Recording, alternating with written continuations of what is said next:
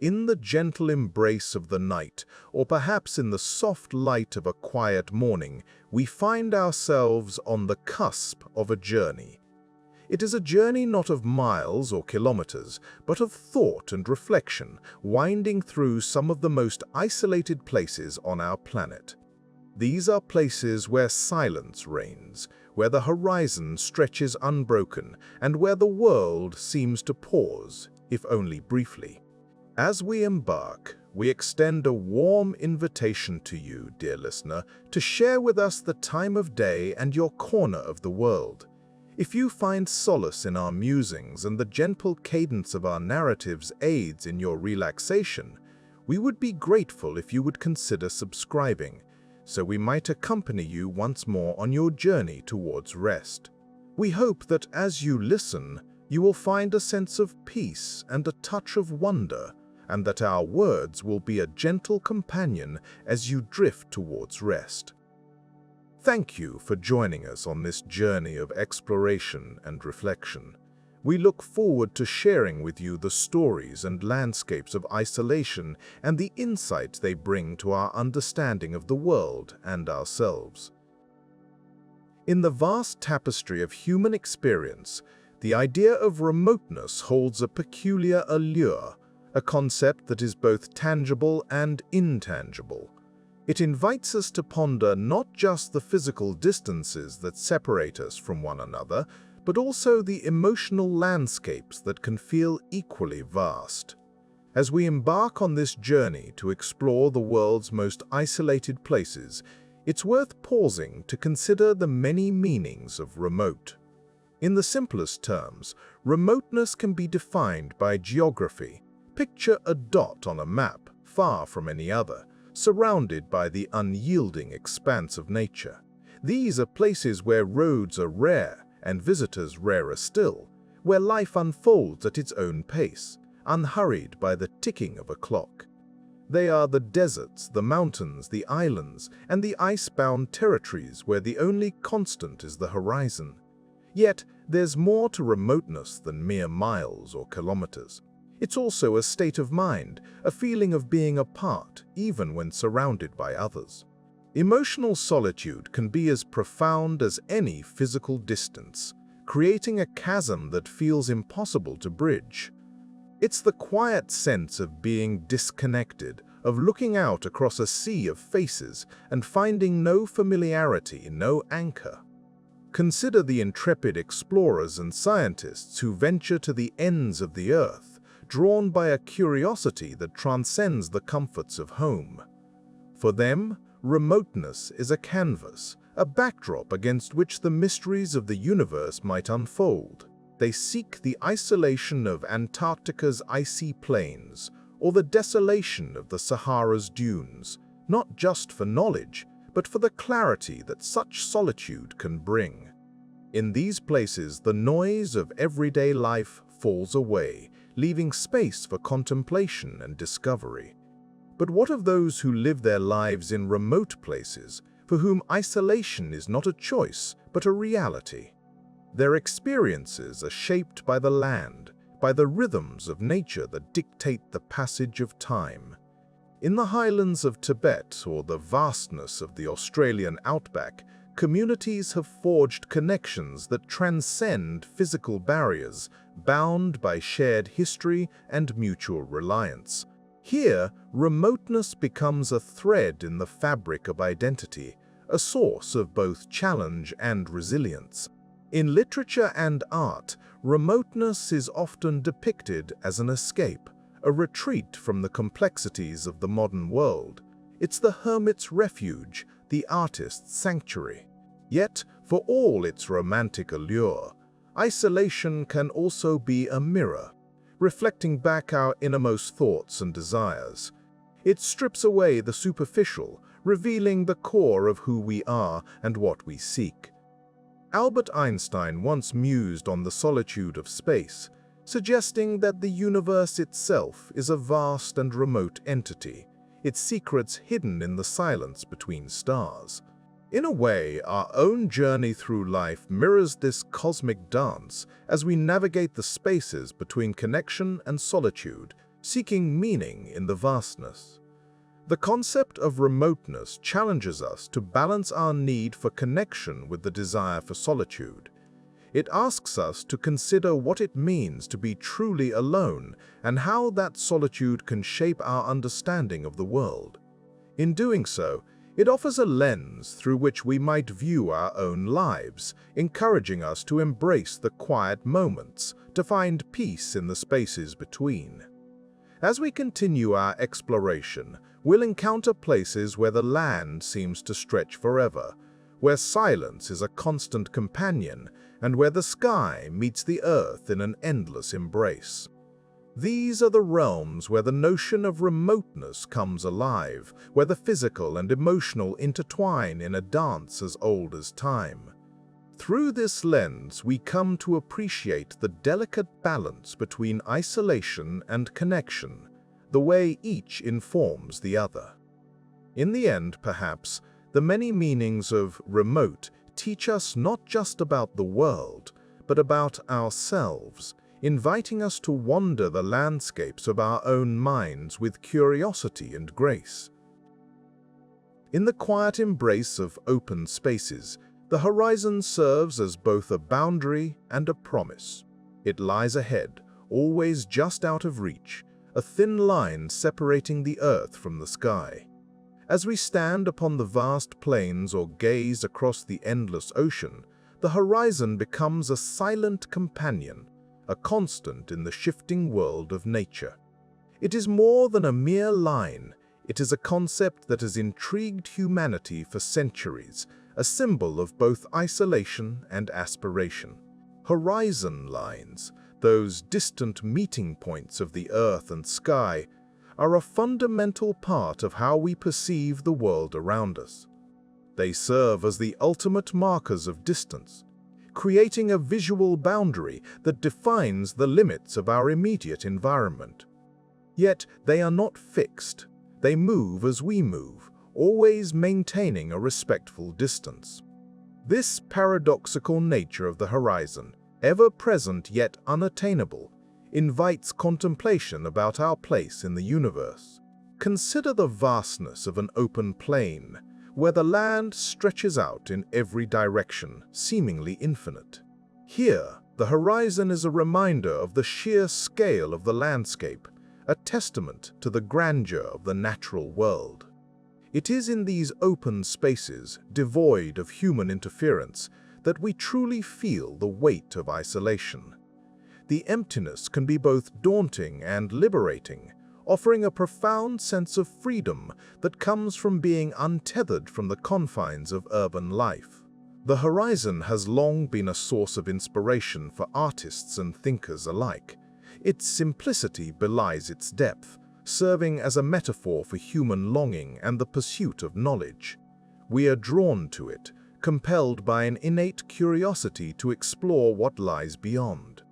In this way, the horizon is not just a physical phenomenon, but a philosophical one, prompting us to ponder the limits of our understanding and the possibilities that await us. In the realm of science, the horizon has significant implications. For astronomers, the horizon marks the edge of our observable universe, the point beyond which light from distant galaxies has yet to reach us. This cosmic horizon is a reminder of the vastness of space and the mysteries that remain hidden from our gaze. On Earth, the horizon plays a crucial role in navigation, helping sailors and explorers chart their courses across uncharted territories. The experience of standing on a vast, empty landscape with the horizon stretching endlessly before us can be deeply meditative. In these moments, we are forced to confront the limits of our perception and the transient nature of our existence. The horizon is a constant, unchanging presence, while we are mere travelers passing through, momentarily pausing to take in the view. Such experiences have a way of recalibrating our sense of scale and perspective. In the face of nature's immensity, our daily concerns and worries can seem insignificant. The horizon, with its quiet omnipresence, encourages us to embrace a more reflective state of mind, to appreciate the beauty of the world around us and our small yet significant place within it. In literature, the horizon is often used as a symbol of hope and the promise of new beginnings. Characters in stories set their sights on the horizon as they embark on journeys, both literal and metaphorical, seeking adventure, redemption, or a fresh start. This literary device echoes our own lives, where the horizon represents the future and the unknown, urging us to venture beyond our comfort zones. The horizon's role in our comfort zones. The horizon's role in our perception of isolation is multifaceted. On one hand, it accentuates the solitude of open spaces, highlighting the absence of close human presence. On the other, it connects us to the broader world, reminding us that we are part of a larger, interconnected system. This duality is what makes the horizon such a powerful and enduring symbol in our collective consciousness. In the end, the horizon is both a destination and a journey. It invites us to explore, to question, and to dream.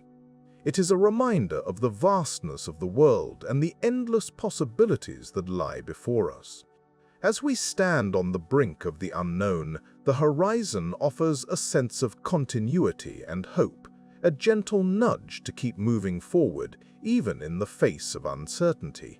And so, in the quiet moments when we find ourselves contemplating the horizon, we are engaging in a timeless ritual. We are participating in a conversation with the universe, one that transcends the boundaries of time and space. The horizon, ever present yet elusive, remains a steadfast companion on our journey through life, encouraging us to embrace the beauty of isolation and the endless potential of the unknown.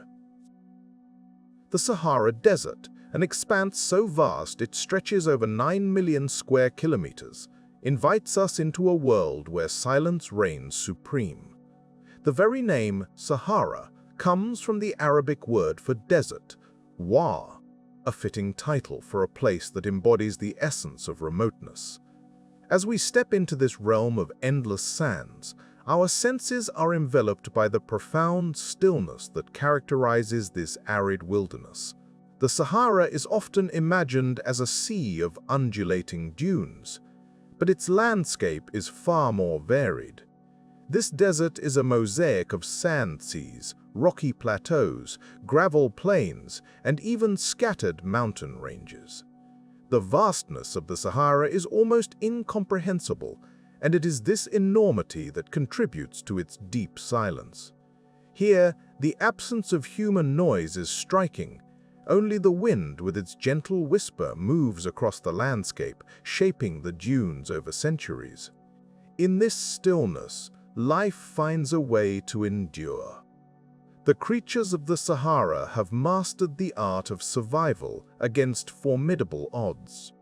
The fennec fox, with its large ears, dissipates heat and listens acutely for the faintest rustle of prey beneath the sand.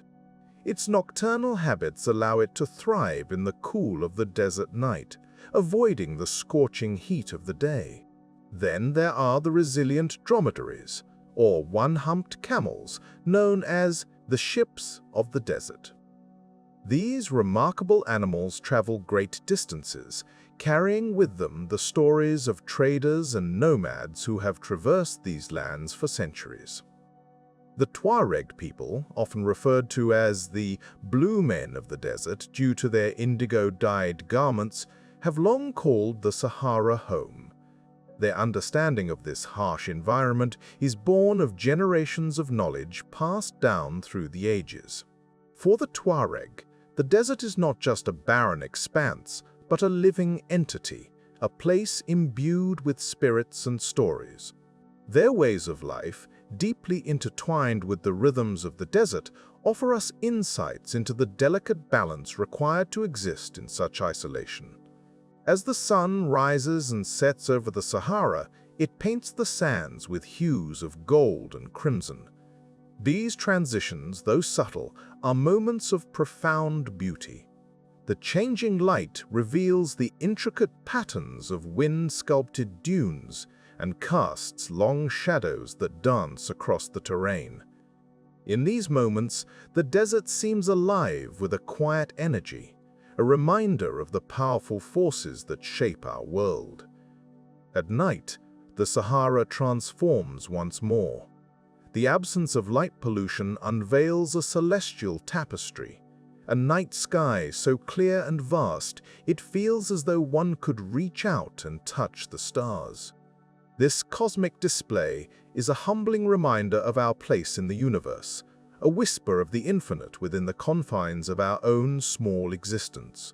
Water, the most precious resource, is a rarity in the Sahara, yet it is here that oases emerge as vital lifelines.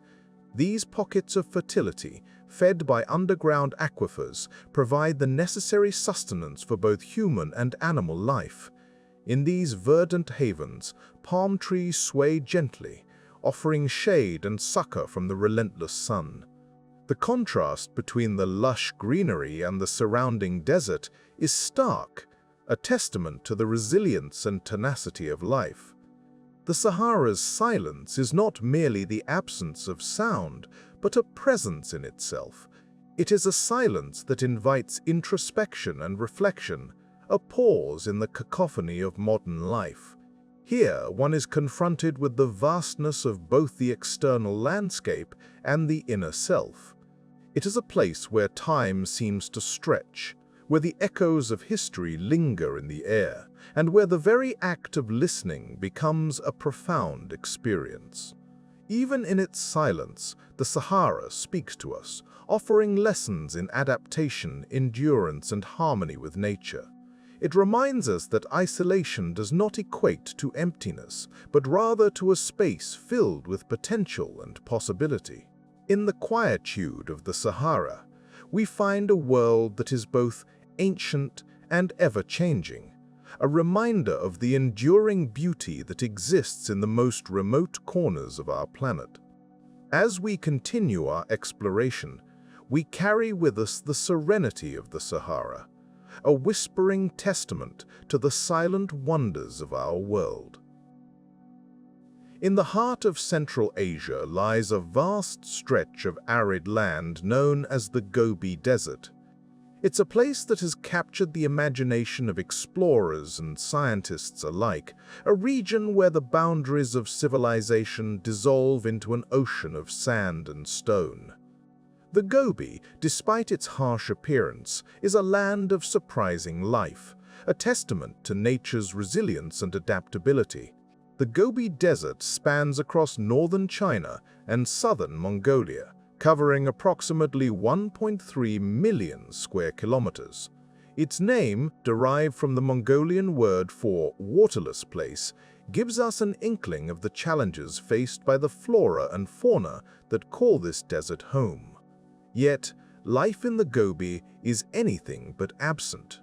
It is simply attuned to the rhythm of scarcity and survival. As we wander through this formidable landscape, we find ourselves contemplating not just the external features of the desert, but also the inner workings of its ecosystem. The Gobi is a place where the sun reigns supreme, casting long shadows over dunes and rocky outcrops. The temperatures fluctuate dramatically, with scorching summer highs and freezing winter lows, creating a cycle that many species have uniquely adapted to. One of the most intriguing inhabitants of the Gobi is the Bactrian camel. Unlike its dromedary cousin, the Bactrian camel boasts two humps, each a reservoir of fat that sustains it through long periods without food.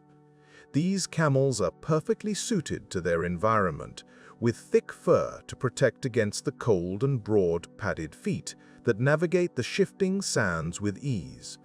The Bactrian camel is a living emblem of endurance, a creature whose presence suggests a quiet defiance against the odds of survival. The Gobi is also home to the elusive snow leopard, a creature of grace and stealth whose pale coat mirrors the rocky terrain. Snow leopards are masters of camouflage, their spotted fur blending seamlessly with the landscape. Despite the harsh conditions, these felines have carved out a niche, preying on mountain sheep and goats that graze in the sparse vegetation. The presence of the snow leopard is a reminder that even in the most desolate of places, the circle of life continues its unbroken dance. In addition to these larger inhabitants, the Gobi Desert teems with smaller life forms. Lizards scuttle between rocks, their scales glistening in the sun, while insects burrow into the ground to escape the heat. The desert hosts a variety of plant life as well, each species adapted to conserve water. The saxaul tree, for instance, grows in dense, woody thickets, its deep roots reaching far down to tap hidden water sources. These trees provide essential shelter and nourishment for the animals that live in their shade. As we delve deeper into the heart of the Gobi, we encounter the nomadic herders who have lived in harmony with this environment for centuries. The Mongolian herders are custodians of ancient traditions, their lives woven into the fabric of the desert. They move with the seasons, following the sparse pastures that sustain their livestock. For these nomads, the desert is not a barren wasteland, but a living entity, full of stories and secrets passed down through generations. The Gobi is not just a physical space, but a canvas upon which nature paints a story of resilience. It's easy, perhaps, to overlook the subtle beauty of this desert, to see only the vast emptiness and miss the intricate web of life that thrives here.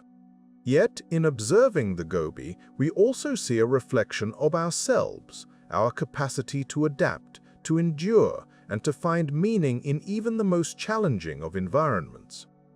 In the quiet moments of our exploration, as the sun sets and the desert cools, we find a sense of peace in the solitude. The sky turns a deep indigo, scattered with stars that seem to pulse with ancient light. It's a moment that invites reflection, a reminder of the vastness of the universe and our small place within it. The Gobi, with its endless horizons and timeless rhythms, offers a unique lens through which to view the world. As we draw our journey through the Gobi Desert to a close, we carry with us a newfound appreciation for the intricacies of life in remote places. Here, at the heart of the Gobi, we have witnessed the delicate balance of survival, a testament to the enduring spirit of nature and the quiet strength of those who call this desert home. In the stillness, we find a gentle reminder of the interconnectedness of all things, a lesson whispered by the winds that sweep across the sands. Antarctica, the southernmost continent, stands as a testament to nature's power and beauty, wrapped in a cloak of ice and mystery. It is a place where the silence is profound, almost palpable, and the isolation is complete. Here in this frozen realm, the landscape stretches out in endless white, untouched by human hands, save for the occasional scientific outpost that dots its fringes. This is a land where the very notion of time seems to pause, and the world is reduced to a whisper of wind and the creak of shifting ice. The vastness of Antarctica is difficult to comprehend. It covers an area of about 14 million square kilometers, making it the fifth largest continent, yet it remains largely uninhabited, with only a transient population of scientists and support staff present during the summer months. In the winter, when temperatures can plummet to -60 degrees Celsius or lower, the continent is left to the icy embrace of long, dark nights and the rare creatures that call it home. Antarctica's silence is unlike any other on Earth. It is a silence that envelops you, a profound stillness that demands reflection. Here, away from the hum of civilization, one is left with only the natural world and the thoughts that arise within it. The ice absorbs sound, creating an auditory landscape where even the smallest noise is amplified and yet feels distant, as if cushioned by the snow itself. The continent's ice sheet, which holds around 60% of the world's fresh water, is an ancient entity, with some ice dating back millions of years. This thick mantle of ice is dynamic, constantly moving and reshaping the land beneath it. Glaciers flow slowly towards the sea, carving icebergs that drift away into the Southern Ocean. These massive chunks of ice, with their deep blue hues and towering forms, float silently, reminders of the ever-present force of nature. Antarctica's isolation has made it a place of scientific intrigue. Researchers are drawn to its unique conditions, which offer insights into climate change, glaciology, and even the potential for life on other planets. The continent's dry valleys, with their barren, Mars-like landscapes, are particularly fascinating. These valleys receive almost no precipitation, and their harsh conditions provide a natural laboratory for studying extremophiles, organisms that thrive in environments once thought uninhabitable. Yet despite its desolation, Antarctica is teeming with life. The surrounding Southern Ocean is rich with krill, the tiny crustaceans that form the foundation of the Antarctic food web. These waters support a myriad of creatures, including seals, whales, and the iconic emperor penguin. The penguins, with their stately march across the ice, are a symbol of resilience and adaptation, perfectly suited to this stark environment. Human history in Antarctica is relatively recent, with the first confirmed sighting of the continent occurring in 1820. Since then, it has been a place of exploration and endurance. The early explorers, such as Ernest Shackleton and Robert Falcon Scott, ventured into the unknown, driven by curiosity and the spirit of discovery. Their expeditions, fraught with danger and hardship, are legendary tales of human tenacity and the quest to understand one of the last great frontiers on Earth. Today, the Antarctic Treaty System governs the continent, ensuring its use for peaceful purposes and scientific research. It is a rare example of international cooperation, where nations come together to preserve the unique environment and the knowledge it holds. This agreement reflects a shared recognition of Antarctica's importance, not just as a scientific resource, but as a global asset to be protected for future generations. In the frozen stillness of Antarctica, one finds a world that challenges our understanding of isolation and community. It is a place where the elements reign supreme, and humanity's presence is but a fleeting shadow. Yet in its silence, there is a profound connection to the Earth itself, a reminder of the planet's ancient rhythms and the delicate balance of life. As we journey through this icy expanse, we are reminded of the quiet power of nature and our place within it. Antarctica stands as a testament to the beauty of isolation, a place where silence speaks volumes and the world is stripped back to its essential elements. Here, at the bottom of the world, we encounter a landscape that is both humbling and inspiring, a frozen stillness that invites us to listen, reflect, and understand. In the vast expanse of the South Atlantic Ocean, far from the bustling cities and the hurried lives that accompany them, lies a small speck of land. This is Tristan da Cunha, the world's most remote inhabited island. It sits quietly, surrounded by the solitude of the sea, over 2,000 kilometers from the nearest continent.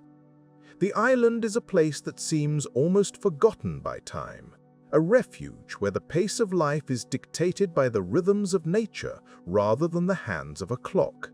Tristan da Cunha is part of a small archipelago that shares its name, but it is the main island that captures the imagination. Here, the landscape is rugged and dramatic, with steep cliffs rising sharply from the ocean, crowned by a volcanic peak that often wears a cap of clouds. The island's terrain is a testament to the raw power of geological forces, its origins rooted in the volcanic activity that shaped much of our planet's landforms. Despite its remote location, Tristan da Cunha is home to a small community of around 250 people, who live in a settlement charmingly named Edinburgh of the Seven Seas. This community is a tapestry of shared history and close-knit relationships, bound together by the shared experience of life in isolation. Here, everyone knows everyone else, and the sense of community is profound, a stark contrast to the anonymity that often pervades urban environments. Life on Tristan da Cunha is simple and self-sufficient. The islanders are largely dependent on the natural resources that surround them. Fishing is a mainstay of their economy, with the cold Atlantic waters providing a bounty of lobster that is exported to sustain the island's economy.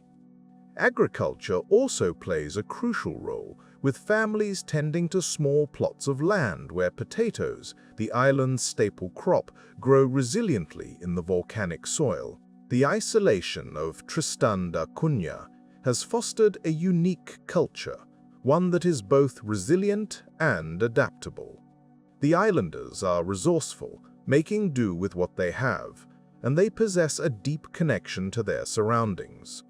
This connection is evident in their traditions and way of life, which have been passed down through generations. Festivals and gatherings are significant events, occasions that bring the community together to celebrate their shared heritage. Communication with the outside world is limited, a fact that might seem daunting to those accustomed to constant connectivity. Yet, for the islanders, this isolation is a way of life. The arrival of a supply ship, a rare event that occurs only a handful of times each year, is met with anticipation and excitement. It brings not only goods and mail, but also news from beyond the horizon, reminders of a world that, while distant, is still connected to this remote outpost. The natural environment of Tristan da Cunha is as much a part of the island's identity as its people. The surrounding waters are teeming with marine life, and the skies are often filled with the calls of seabirds. The island is a sanctuary for wildlife, its isolation providing a haven for species that are seldom seen elsewhere. The Tristan albatross, with its impressive wingspan, soars gracefully above the waves, while the endemic Tristan thrush flits through the island's vegetation. The climate is temperate, with mild temperatures year-round, though the weather can be unpredictable. Storms sweep in from the ocean with little warning, reminding the islanders of the power of nature. Yet, these moments of wild weather are interspersed with periods of calm and clarity, when the island is bathed in sunlight and the sea glistens like a vast blue gem. For those who live on Tristan da Cunha, the island is more than just a place, it is a way of life. It teaches lessons in patience and perseverance, in the value of community, and the importance of living in harmony with the environment. The island's remoteness offers a form of solitude that is both profound and peaceful, a chance to step away from the noise of modern life and to reconnect with the natural world.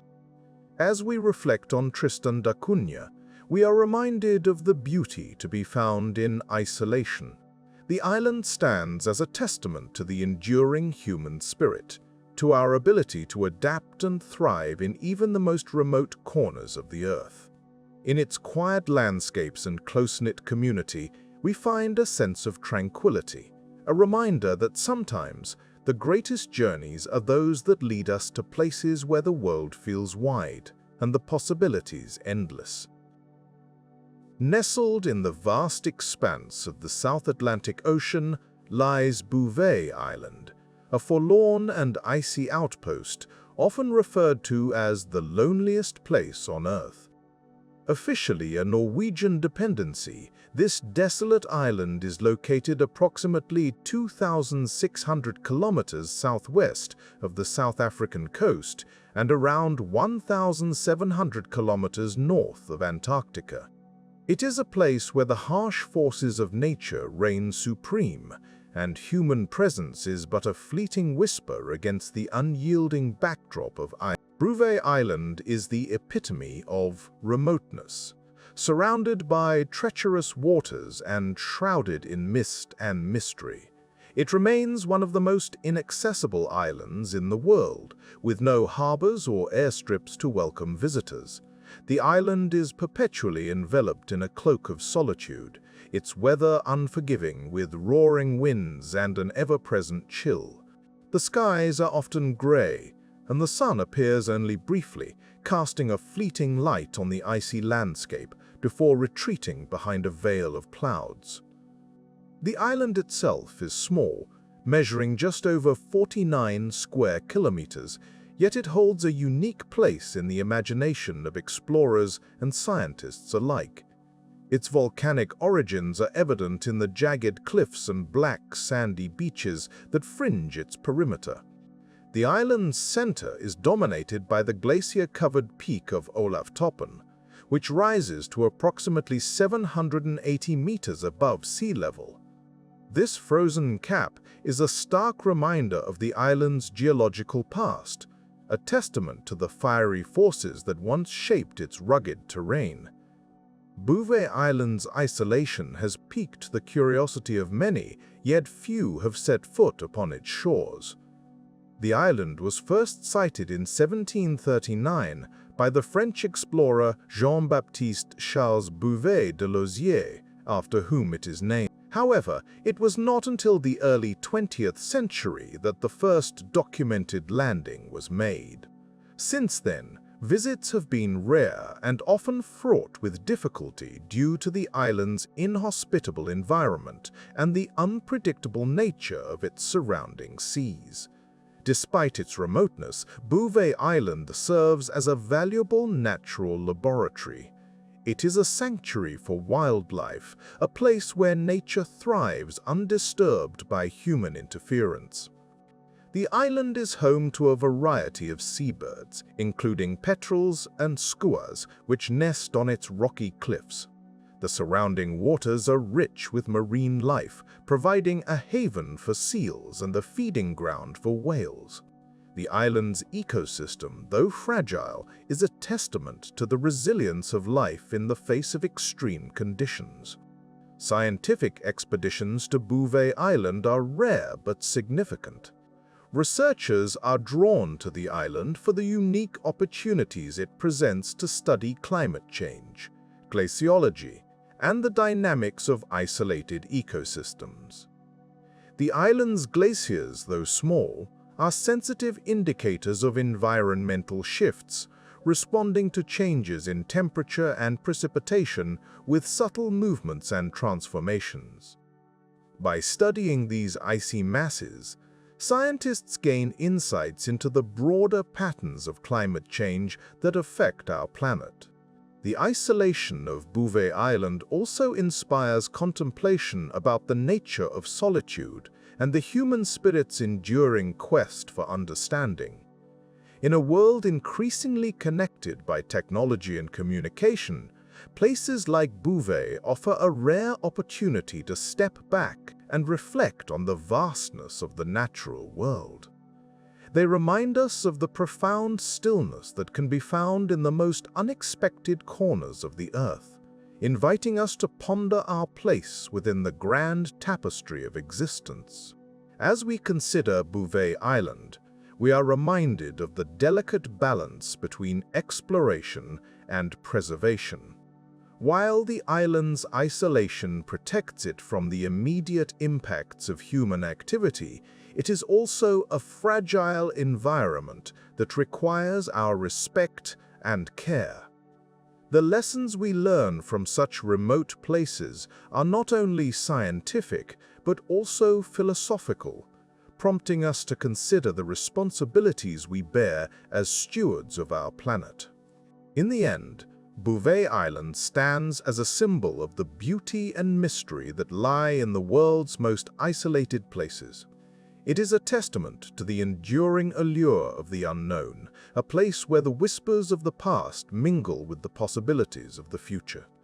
And so, as we leave the island behind in our wandering thoughts, we carry with us a sense of wonder and a deeper appreciation for the quiet corners of our world that remain untouched by time. As we drift into the heart of the Pacific Ocean, our thoughts find their way to the Pitcairn Islands, a cluster of small landmasses that seem almost like a mirage on the endless blue horizon. These islands are an embodiment of isolation, far removed from the bustling cities and the noise of the world. Here, life unfolds at its own pace, guided by the rhythm of the ocean and the whispers of the wind. The Pitcairn Islands, often simply referred to as Pitcairn, are a remote British overseas territory. This archipelago consists of 4 islands, but only one of them, Pitcairn Island itself, is inhabited. It is a place steeped in history, a story that begins with the infamous mutiny on the HMS Bounty in 1789. The mutineers, led by Fletcher Christian, sought refuge on this remote island, far from the reach of retribution, and there they began a new chapter of their lives. Today, the descendants of these mutineers still inhabit Pitcairn. It is a community unlike any other, both in its size and its spirit. With a population that hovers around 50, every individual plays a vital role in the survival and continuity of the community. This small population lives in Adamstown, the island's only settlement, named after John Adams, the last surviving mutineer, who played a crucial role in establishing a structured society on the island. Life on Pitcairn is one of simplicity and resilience. The islanders are self-sufficient, relying on the land and the sea to provide for their needs. Fruit trees such as breadfruit, mangoes, and bananas grow abundantly, while the surrounding waters teem with fish. The community works collectively, sharing resources and responsibilities, fostering a sense of unity and interdependence. This interwoven existence is reminiscent of an intricately woven fabric, each thread essential to the whole. Despite its isolation, Pitcairn is not entirely cut off from the world. Supply ships, though infrequent, bring essentials and goods from faraway lands, maintaining a connection, albeit tenuous, with the outside world. Yet, the island's remote location does present challenges. Modern conveniences that many take for granted are often scarce or absent, and the islanders must be resourceful and innovative to meet their daily needs. The island itself is a marvel of natural beauty. Rugged cliffs rise dramatically from the ocean, and lush greenery blankets the land, offering a stark contrast to the azure waters that surround it. The air is filled with the scent of tropical blooms and the sound of waves gently lapping against the shores. Here, nature reigns supreme, a constant reminder of the raw power and serenity of the natural world. In such a setting, time seems to stretch and bend, flowing in a manner that defies the rigid structure of clocks and calendars. Days are marked by the rising and setting of the sun, the tides, and the cycles of the moon. This slower pace of life invites reflection and contemplation, offering those who dwell here a chance to connect deeply with the earth and with themselves. The history of Pitcairn is not without its complexities. The legacy of the mutineers is a tapestry woven with both triumph and tragedy. Over the years, the island has faced numerous challenges, from internal conflicts to external pressures. Yet, through it all, the community has persevered, adapting and evolving much like the land itself, shaped by the forces of nature and time.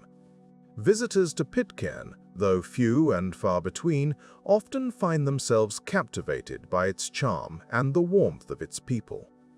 There is an openness here, a willingness to share stories and experiences, to welcome strangers into the fold, if only for a brief moment. It is a testament to the enduring spirit of hospitality that defines this isolated yet vibrant community. As we reflect on our journey to Pitcairn, we are reminded of the profound nature of isolation. In this seclusion, there is a sense of freedom, an opportunity to strip away the noise and clutter of modern life and to focus on the essentials. It is a place where the boundaries between land and sea, past and present, individual and community, blur into a seamless continuum. The Pitcairn Islands may be small in size, but they are vast in their capacity to inspire and provoke thought. They stand as a testament to the resilience of the human spirit, the power of community, and the beauty of living in harmony with the natural world. As we leave this island behind, we carry with us a sense of peace and a deeper understanding of what it means to live on the edges of the world, where life is distilled to its purest form. In the quiet embrace of the world's tallest mountain range, the Himalayas, there exist hidden valleys that seem to defy the relentless march of time. These secluded enclaves are like whispers of the earth, where isolation coexists harmoniously with breathtaking natural beauty.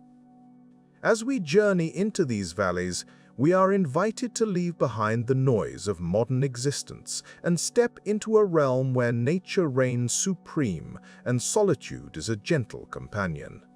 The Himalayas stretch majestically across 5 countries, creating a rugged backbone for the Asian continent. Within their folds, valleys nestle like precious secrets, each with its own story to tell. These valleys, often inaccessible and untouched by the rapid pace of development, have remained sanctuaries of quiet reflection and natural splendor. Here, the air is crisp and thin, carrying with it the subtle scent of alpine flora and the distant echoes of ancient traditions. Consider for a moment the Valley of Flowers in Uttarakhand, India. This valley, a UNESCO World Heritage Site, is a vibrant tapestry of colors during the summer months. It is said that the valley remains blanketed under snow for most of the year, only revealing its hidden beauty when the snow melts away. The flora here is as diverse as it is beautiful, with over 500 species of wildflowers painting the landscape in hues that seem almost otherworldly. In this secluded nook of the Himalayas, isolation becomes a canvas for nature's artistry. As we wander through these hidden valleys, we encounter not only the splendor of nature, but also the resilience of human life.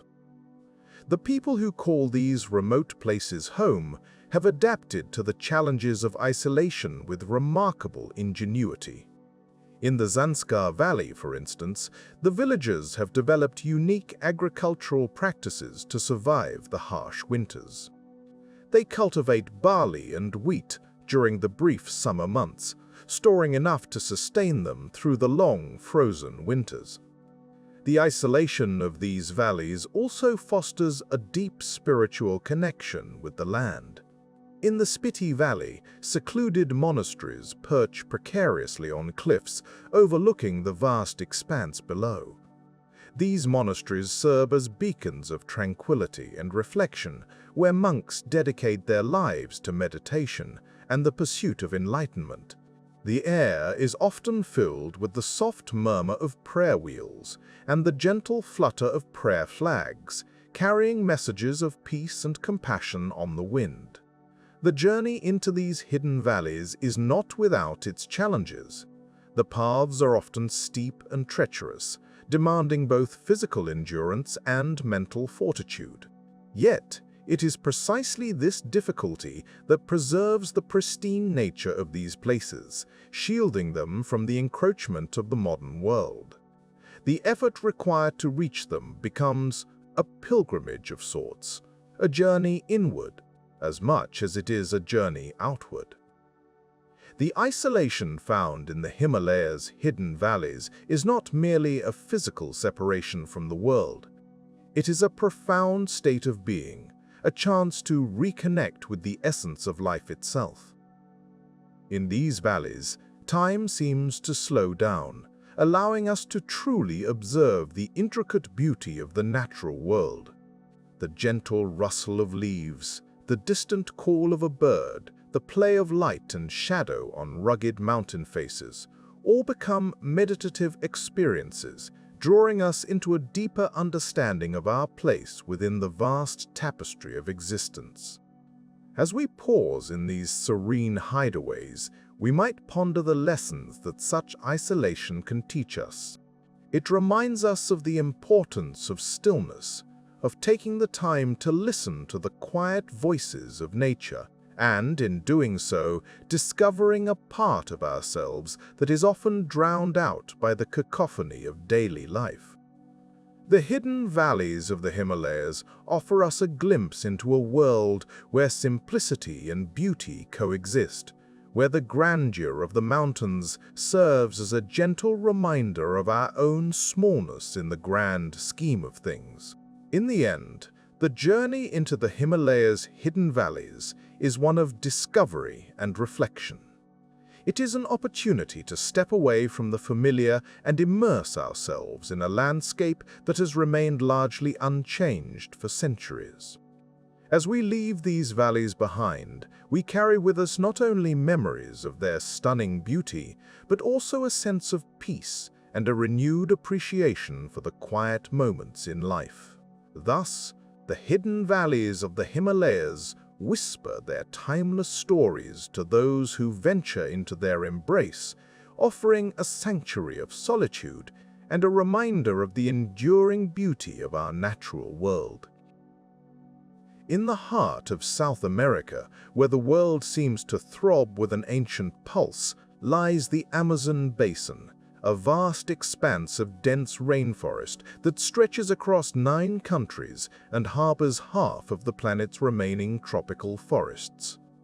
It is a land where isolation is not just a state of being, but a sanctuary for life in its most exuberant forms. As we journey into the depths of this verdant labyrinth, we find ourselves enveloped by a living tapestry of unparalleled biodiversity, each thread a testament to the resilience and creativity of nature. The Amazon Basin is a place where the air hangs heavy with humidity, and the canopy above forms a mosaic of green, so thick that sunlight struggles to pierce through. Here, the sounds of civilization fade away, replaced by the symphony of the wild. The distant call of howler monkeys, the rustling of leaves as unseen creatures dart through the underbrush, and the occasional splash of a fish breaking the surface of a river that winds through this realm like an artery. This isolation from the hustle and bustle of human life has allowed the Amazon to remain one of the Earth's last great wildernesses. With each step deeper into the forest, we are reminded of the interconnectedness of all things. The Amazon is home to an estimated 90 billion individual trees, representing around 16,000 species. Among them are the colossal kapok trees, their buttressed roots anchoring them firmly in the nutrient-poor soil, and the towering Brazil nut trees, whose seeds are encased in pods that require the powerful jaws of agoutis to crack them open. The diversity of plant life here is matched only by the myriad creatures that call this place home. The Amazon Basin teems with life, from the brightly colored macaws that screech and swoop through the canopy to the elusive jaguars that prowl its shadowy depths. Each species, no matter how small, plays a crucial role in maintaining the delicate balance of this ecosystem. Consider the leafcutter ants, industrious little creatures that can often be seen carrying fragments of leaves many times their size.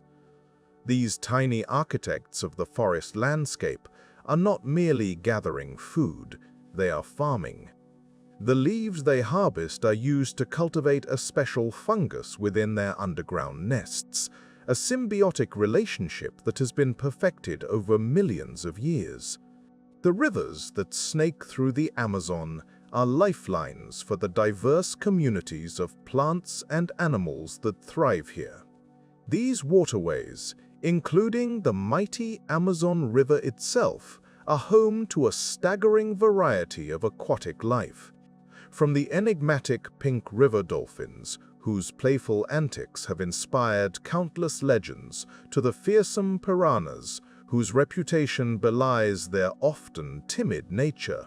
Each species has adapted uniquely to the challenges of life in the river's ever-changing environment. But beyond its biological riches, the Amazon basin holds secrets that speak to the deep history of our planet. It is a place where the past lingers in the present, where ancient trees stand as silent witnesses to the passage of time. The soil beneath our feet is a record of past climates and ecosystems, offering clues to how life on Earth has evolved and adapted through the ages. As we explore this remote corner of the world, we are reminded of the delicate balance that sustains all life. Despite its remote location, the Amazon is intimately connected to the global climate system.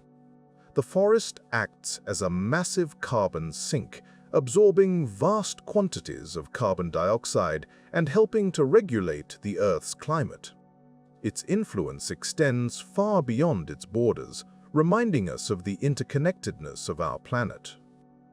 Yet, the Amazon's isolation is increasingly under threat. Human activities, such as deforestation and mining, are encroaching on this precious wilderness, posing significant challenges to its survival. The loss of even a single species can have cascading effects throughout the ecosystem, underscoring the importance of preserving this unique and vital part of our world. In the stillness of the Amazon, amidst the cacophony of life, there is a profound sense of wonder and awe. It is a reminder of the resilience and tenacity of life, of the beauty that can be found in isolation. As we leave this remarkable place, we carry with us a deeper appreciation for the intricate web of life that sustains us all, and a renewed commitment to protect the Earth's most remote and precious ecosystems. As we contemplate the mysteries of the Amazon basin, we are left with a question that resonates through the ages. How can we, as custodians of this planet, ensure that the song of the rainforest continues to echo through the ages, undisturbed and unbroken? The Australian outback stretches before us, an immense and silent theatre of nature where the land meets the sky in a seamless, unbroken horizon. It is a landscape of striking contrasts where the red earth seems to extend indefinitely under a ceiling of endless blue. Here, in this vastness, one finds a peculiar kind of solitude, not the loneliness of being alone, but rather a profound sense of being part of something much larger and timeless. The notion of infinity often conjures images of the cosmos, of stars and galaxies stretching beyond our comprehension. Yet, here on Earth, the Outback offers its own brand of infinity. It is a place where distances are measured not in miles or kilometers, but in the time it takes the sun to traverse the sky from dawn to dusk. This is a realm where space and time blend into a singular experience of quietude, where the whisper of the wind and the rustle of the sparse vegetation become the soundtrack of existence. The flora of the outback is resilient, having adapted to the harsh conditions over millennia. The acacia trees, with their delicate leaves and thorny branches, stand like silent sentinels across the landscape. These hardy trees are joined by the likes of spinifex grass, whose clumps form a patchwork quilt across the terrain, each tuft a testament to life's persistence in the face of adversity. In this environment, life continues its quiet struggle, undeterred by the lack of water or the relentless sun. As day turns to night, the temperature drops, bringing a chill to the air. The sky, once a dome of blue, becomes a velvet canvas studded with stars. In the outback, far from the light pollution of cities, the night sky reveals its full splendor. The Milky Way arches overhead, a luminous river of stars, reminding us of our place in the universe. It's a humbling sight, one that invites reflection and introspection. The indigenous peoples of Australia have long understood the power and beauty of the outback. For tens of thousands of years, they have lived in harmony with this land, drawing on its resources with a deep respect for the delicate balance of nature. Their stories, passed down through generations, speak of a connection to the land that is both spiritual and practical.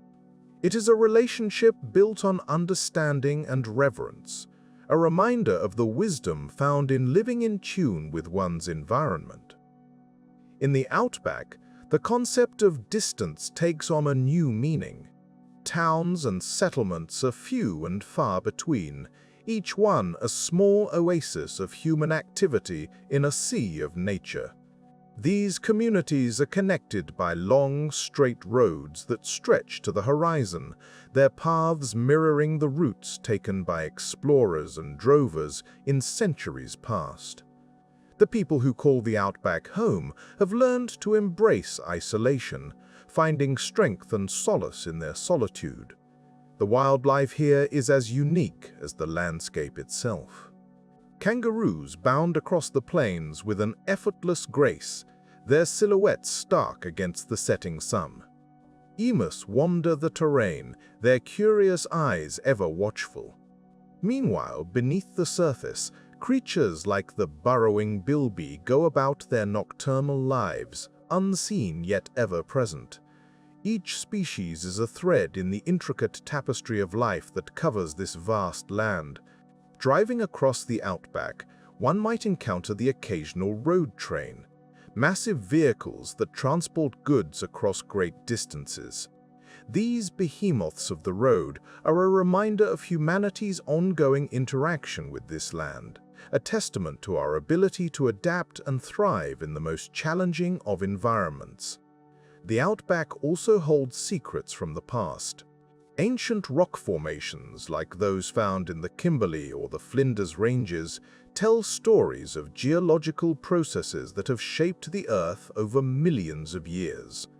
These natural sculptures, carved by wind and water, stand as monuments to the passage of time, their silent presence a reminder of the transient nature of human existence. In this expanse of quiet infinity, one finds an opportunity to disconnect from the hustle and bustle of modern life. The outback invites us to slow down, to listen to the silence, and to appreciate the simple beauty of the natural world. It is a place that encourages contemplation, where the mind can wander freely, untethered by the demands of daily routine. The Australian outback, with its vast open spaces and profound solitude, offers a unique perspective on the world. It reminds us of the importance of space, not just the physical space that surrounds us, but also the mental space we create for reflection and growth. In embracing the quiet infinity of the outback, we find a deeper connection to the earth and to ourselves, a reminder of the beauty and wonder that exist in the most isolated corners of our planet. In the vast expanse of our planet's northern reaches, where the sun can linger on the horizon for months or vanish entirely, lies a realm of extremes, the Arctic. Here, life clings to the edge of the world, a testament to resilience and adaptation. Arctic settlements, small and sparse, dot this frigid landscape, each a beacon of human endurance and ingenuity in a world defined by its harsh beauty and relentless solitude. As we journey into these settlements, let us begin with Longyearbyen, the northernmost town on the planet, nestled in the Svalbard archipelago. This Norwegian territory stands as a symbol of human persistence, a place where modernity meets the raw, untamed nature of the Arctic. Longyearbyen is a community shaped by its environment, where polar bears roam close to the outskirts, and residents must be vigilant, not just for their safety, but in maintaining the delicate balance with the surrounding wilderness. Here, the rhythm of life is dictated by the polar night and the midnight sun. For months, the town plunges into darkness, a deep, enveloping night that can challenge the spirit. Yet, this darkness is not devoid of beauty.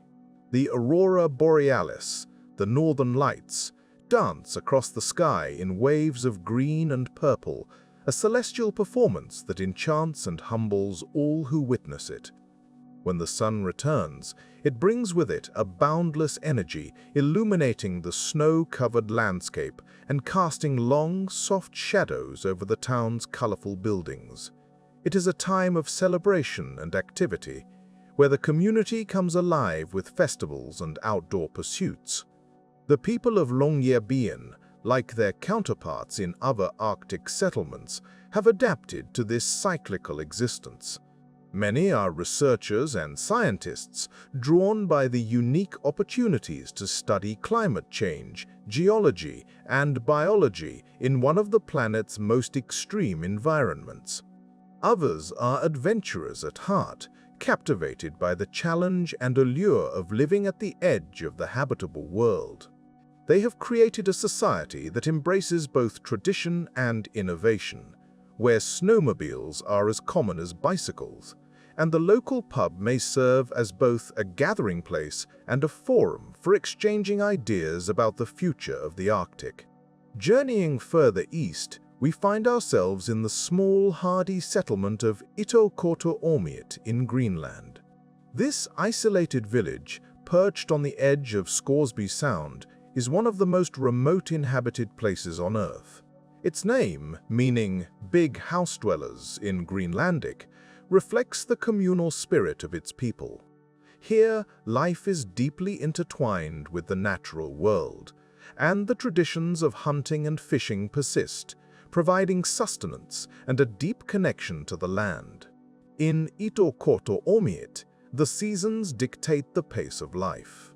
Winter, long and formidable, wraps the village in silence, the snow muffling sound and the sea ice extending far into the horizon.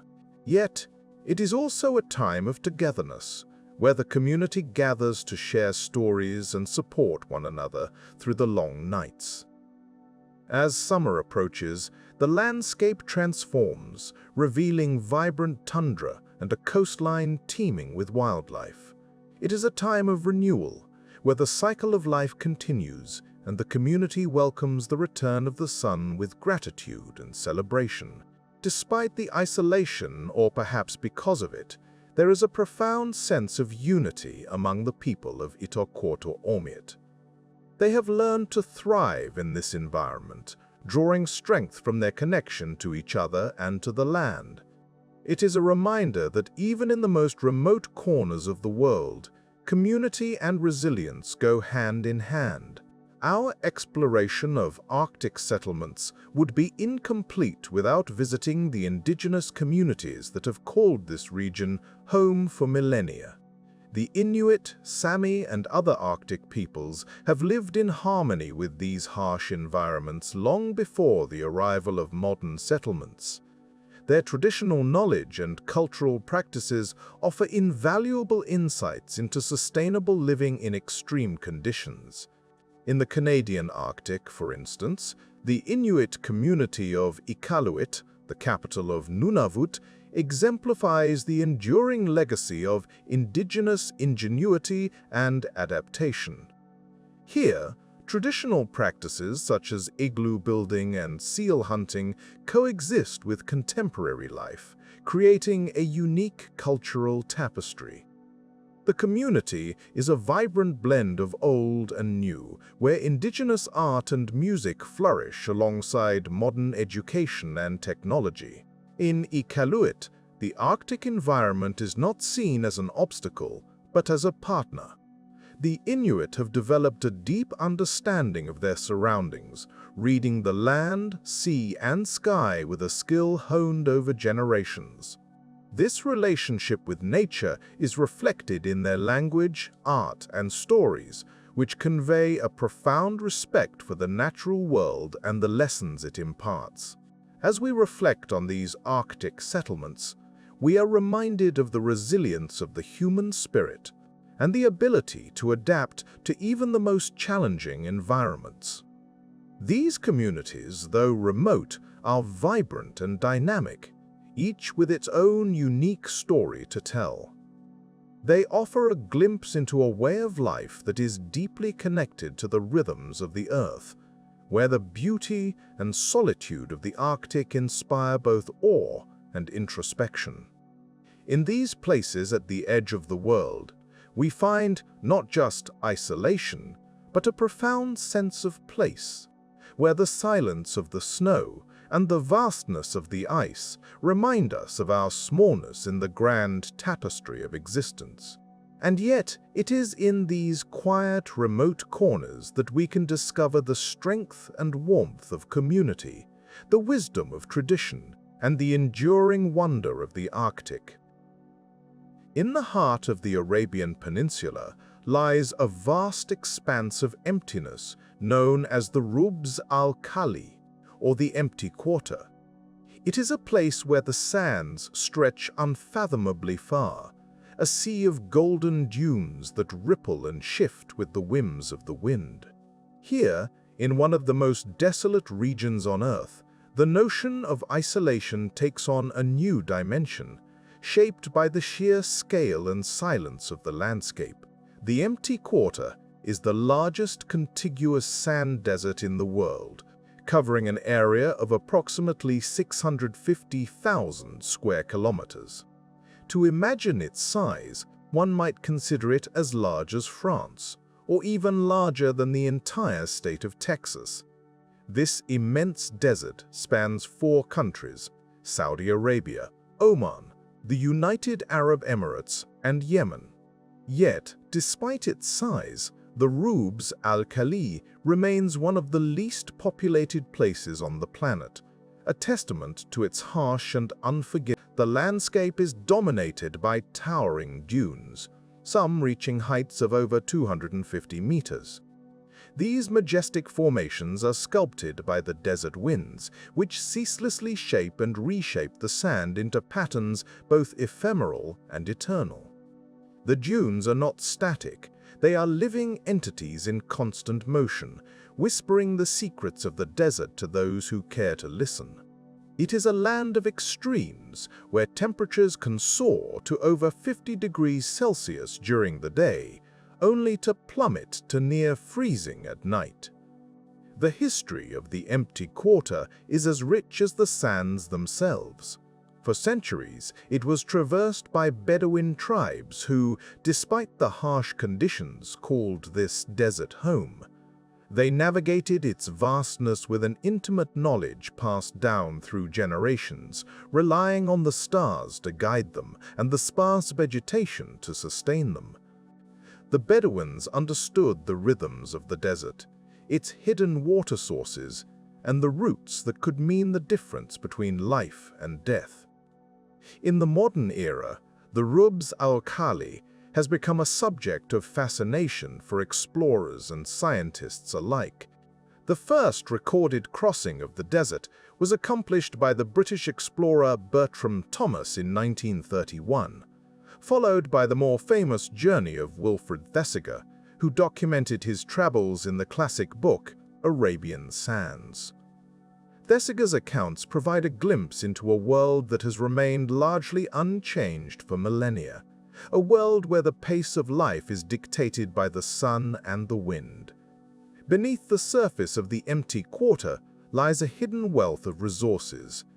The desert is part of the Arabian Basin, one of the richest oil-producing regions in the world. The discovery of oil in the mid-20th century transformed the economies of the surrounding countries, bringing modernization and development to places once defined by their isolation. Yet, despite the bustling cities that now rise on its periphery, the heart of the empty quarter remains untouched, its solitude preserved. The Rub al-Khali is not devoid of life, though it may seem so at first glance. Its ecosystem is a delicate balance, adapted to the extreme conditions of the desert. There are creatures here that have evolved to survive where few others can. The sand cat, with its pale fur and nocturnal habits, hunts in the cool of the night. Lizards bask in the sun, their scales reflecting the heat, while the occasional gazelle can be seen gracefully moving across the dunes, a fleeting glimpse of life in this expansive emptiness. To stand at the edge of the empty quarter is to confront the vastness of nature, to feel the weight of solitude pressing against the soul. It is a place that invites reflection, where the mind can wander as freely as the sands. The silence here is profound, broken only by the whisper of the wind and the soft crunch of sand underfoot. In this quietude, one can find a rare kind of peace, a moment of connection with the earth that feels timeless and unending. The allure of the Rub al-Khali lies not in what it offers, but in what it withholds. It is a reminder of the immense forces that shape our world, of the beauty and power inherent in desolation. The empty quarter stands as a testament to the resilience of life and the enduring mystery of the natural world. It is a place that beckons the curious and the contemplative, inviting us to pause and consider the vastness of the universe and our place within it. As we leave the Rub al-Khali behind, we carry with us the echoes of its silence, a reminder of the profound isolation found in the world's most remote places. It is this solitude that teaches us to listen, to observe, and ultimately to find solace in the spaces between. Nestled along the western edge of South America, cradled between the Pacific Ocean and the rugged Andes Mountains, lies the Atacama Desert. It stretches through a vast expanse of northern Chile, whispering tales of silence and isolation. This is a place where the earth appears to hold its breath, and time slips by almost unnoticed. The Atacama is often described as the driest, non-polar desert in the world. In some regions, rain has not touched the ground for hundreds of years. This stark aridity lends the landscape a unique serenity, a quietude that is rare and profound. Here, the sky stretches wide and blue, unbroken by clouds, offering a canvas that shifts subtly with the passage of the sun. As we wander through this ancient land, we find that its silence is not emptiness, but a form of eloquence. The desert speaks, not with the rustle of leaves or the song of birds, but through its geological formations and the stories etched in its rocks. It tells of a history that predates humanity, a history written in layers of sediment and salt flats that shimmer under the relentless sun. The Atacama is a place where the concept of time takes on a different meaning. The rocks here have witnessed eons, and the landscape, though seemingly barren, is alive with the processes of slow change. Wind and sun sculpt the land with a patient hand, crafting forms that are both stark and beautiful. This is a land where the present feels like a thin veneer over an ancient past. In this desert, life is sparse but tenacious. The creatures that call the Atacama home have adapted to its harsh conditions with remarkable ingenuity. Small lizards scuttle across the hot sands, while resilient plants cling to life in the most unlikely of places. These organisms have evolved to survive with minimal water, their existence a testament to nature's resourcefulness. The human history of the Atacama is equally fascinating. For thousands of years, indigenous communities have lived here, their lives intricately linked to the rhythms of the desert. The Chinchorro people, for instance, were among the earliest known to practice mummification, preserving their dead in the dry air long before the Egyptians began their own embalming rituals. Their presence is a reminder of the deep connections between humans and this seemingly inhospitable land. In more recent times, the Atacama has become a place of scientific inquiry and exploration. Its clear skies and minimal light pollution make it one of the best locations on Earth for astronomical observation. High atop the desert's plateaus, telescopes reach out into the universe, seeking to unravel the mysteries of distant stars and galaxies. Here, the silence of the desert is complemented by the silence of the cosmos, creating a profound sense of connection between the Earth and the heavens. Yet, the Atacama's dryness and isolation also present challenges. The lack of water is a constant concern, and the desert's resources must be carefully managed to sustain both its ecosystems and the people who live here.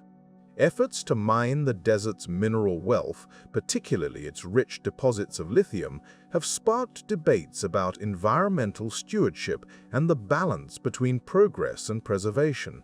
As we explore the Atacama, we are reminded of the power of isolation to reveal truths about the world and ourselves. In the quiet of the desert, away from the noise and bustle of modern life, we find space to reflect and to listen. This is a place where one can feel small in the face of the vastness of nature, yet also part of something much larger. The Atacama teaches us that isolation is not merely the absence of others, but an opportunity to connect with the fundamental elements of existence. Here, beneath the unyielding sun and the endless sky, we can touch the timelessness of the earth and ponder our place within it. This desert, with its silent eloquence, invites us to pause, to breathe, and to appreciate the beauty of simplicity and stillness. In this way, the Atacama is both a destination and a journey. It is a place that challenges our perceptions of life and death, of presence and absence.